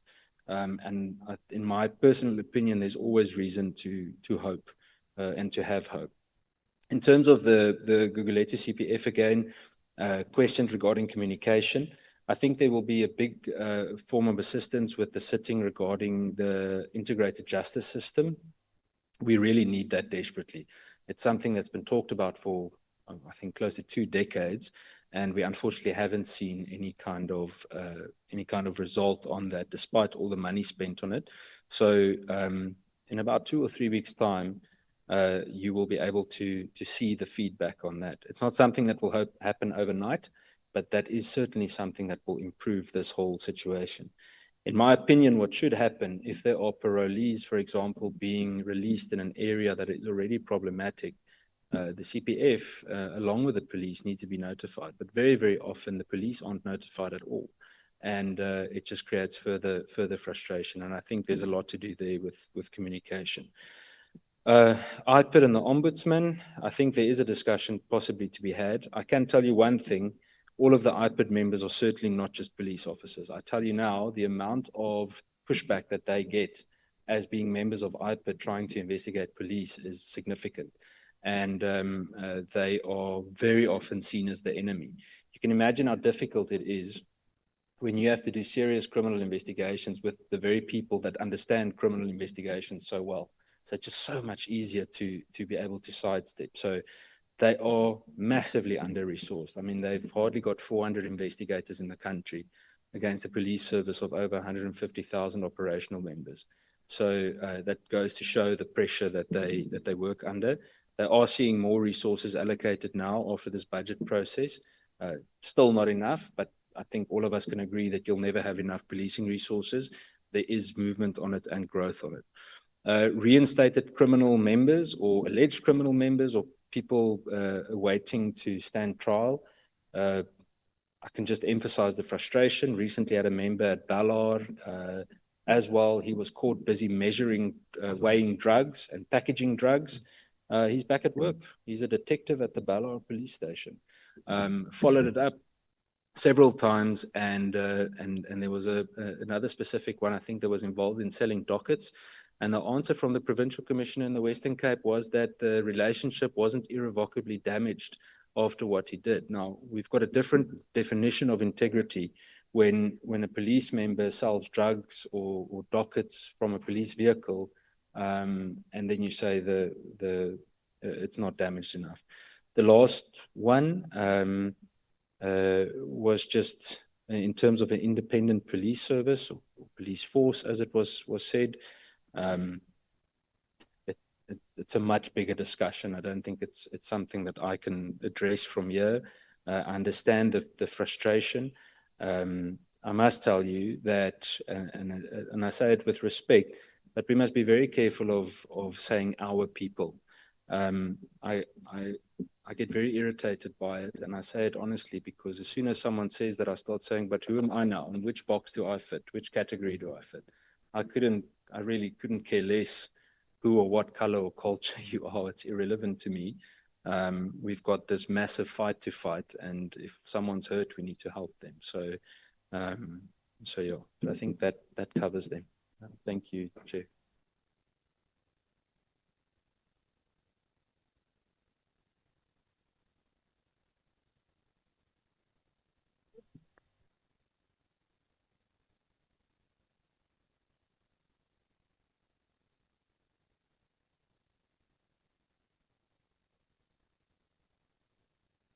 No, I think this is the best opportunity to give yourself a big round of applause.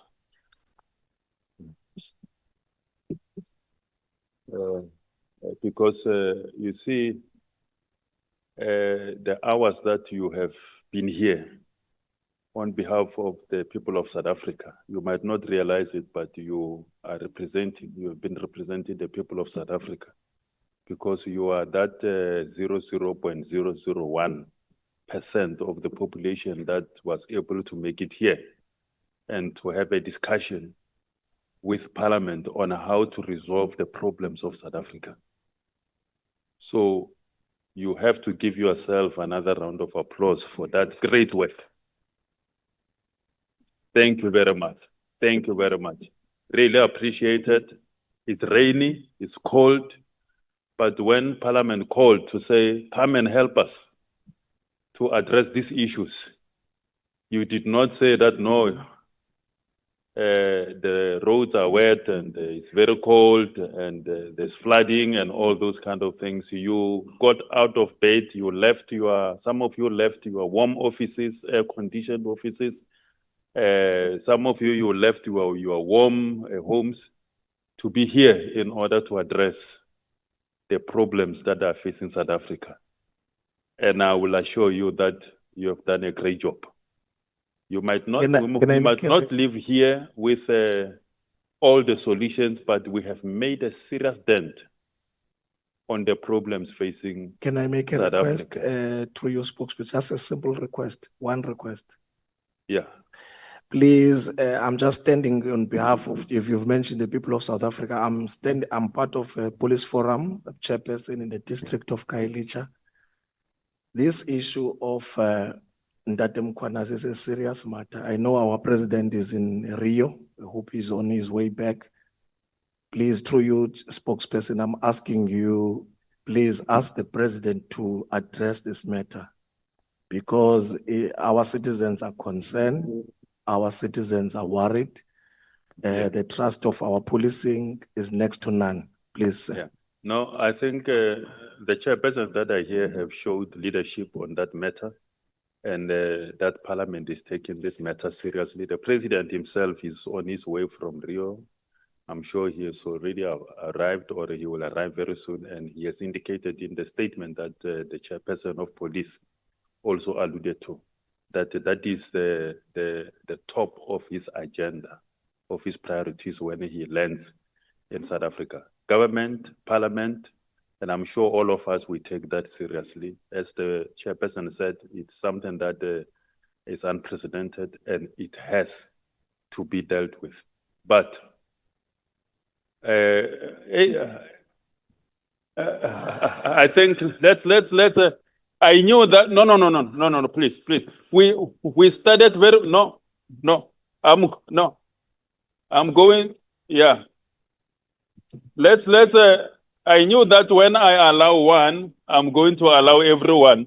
Okay, yes, no, thank you very much. So, but thank you very much. Thank you very much. Let's not spoil it. We did very well. There is food outside.